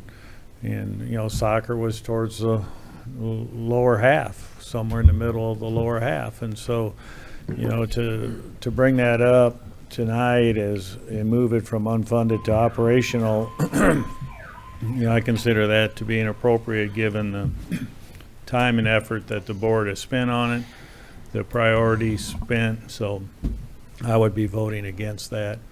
Not that I'm against soccer, because certainly both my kids played soccer, and my grandchildren are playing soccer, not in this community, but in another community. So, those items need to occur over time, and I do believe that probably within I can't be pinpointed on a time, but there's some efforts being made that will, put soccer will be the envy of the state. So, Director Webb. Thank you, Mayor. I respect your opinion, everybody's. However, these kind of conversations are the same conversations that quite frankly been happening over the last 10 to 15 years. I support soccer, but I'm not going to give any money to soccer. I support soccer, but I don't support providing lights at Kimry Soccer Complex. I support soccer, but this year I don't think we're ready to do turf. This is the time to make a change. This is the time right now to make a commitment to soccer. When Ed was sharing with us his vision for soccer, he mentioned Kimry. He never said Linden. I'm pretty sure he just said Kimry. And it does align within our budget. It doesn't take the expenditures for sports recreation outside of their purview, which was in accordance to how much was allocated for 2023. I think we're at a good place right now to start making a commitment to soccer and let that commitment be at Kimry Park. We've got a league of over 220 players that play there. We've got a school district that's going to be dependent upon that soccer field. We have got to start giving it the same respect that we give all other complexes. And I want to take us back to the budget meeting that we had over at the fire station. I was advocating for soccer at that meeting as well, just like I am here tonight. And Director Garcia, I don't think you meant any disrespect by this, but you did mention something about Omar being at a community meeting that you were hosting. And Omar, who is the director of Spa City Football, never went to that meeting. As I was advocating that he supports soccer at Kimry Park, you had mentioned, well, Omar went to my community meeting and said, or never said anything about soccer at Kimry. He never went to your meeting. So I didn't say which meeting. So I think maybe you might have meant a different Omar by chance, but I somewhat felt like you were questioning my credibility over the conversations that I've had with him. Maybe not. Maybe it was an innocent mistake, but I do want to share with you that the director for Spa City Football League wants to see soccer at Kimry. And I think we owe it to our community. I think we owe it to the Hot Springs School District. I think we owe it to the current soccer leagues that are in the process of exponential growth right now to make Kimry a viable solution for soccer for Hot Springs. And this amendment will point us in that direction. Director Garcia, I call a question. please call the roll. What is that? Oh, pardon? What are we voting on? There is a motion to amend to add $250,000 for soccer lights at Kimry Park, to take it from reserve into the operating budget. Director Beard. Aye. Dobbs Smith. No. Webb. Aye. Garcia. No. Trustee. No. Holliday. No. Mayor McCabe. No. Motion to amend fails. Please call the question on the, please call the roll on the budget. Director Dobbs Smith. Aye. Webb. Aye. Garcia. Aye. Trustee. Aye. Holliday. Aye. Beard. Aye. Mayor McCabe. Aye. Resolution to adopt the budget is approved. We're under board commentary, board items for discussion. Any board member? Director Garcia? Just briefly wanted to, I received a question, at the beginning of the meeting, it was mentioned that, working on a contract with the, Washita Children, Youth and Family Services, and I was asked when it was, space, ready to use, if that, Community Resource Center would be, any space there available for them to administer the rent assistance program, as they want to have it at a different location than their facility. And the proximity is across the street from them, but just something to bring to, I'm not asking any question, just something to bring to the city manager for consideration. Whoever you spoke with, if they want to contact me, I'd be glad to speak with Okay. them. I don't know who that is, but. Okay. Any other item for discussion amongst board members? Hearing none. Did we have, I know we had some people, pardon? He spoke. We had some people sign up for public comment, but they spoke during the meeting, so I think we're ready to adjourn. We have a motion to adjourn. I'll make it tonight. Director Trustees, Second. second by Director Garcia. All in favor of adjourning, signify by saying aye. Aye. Pose same sign. We are adjourned.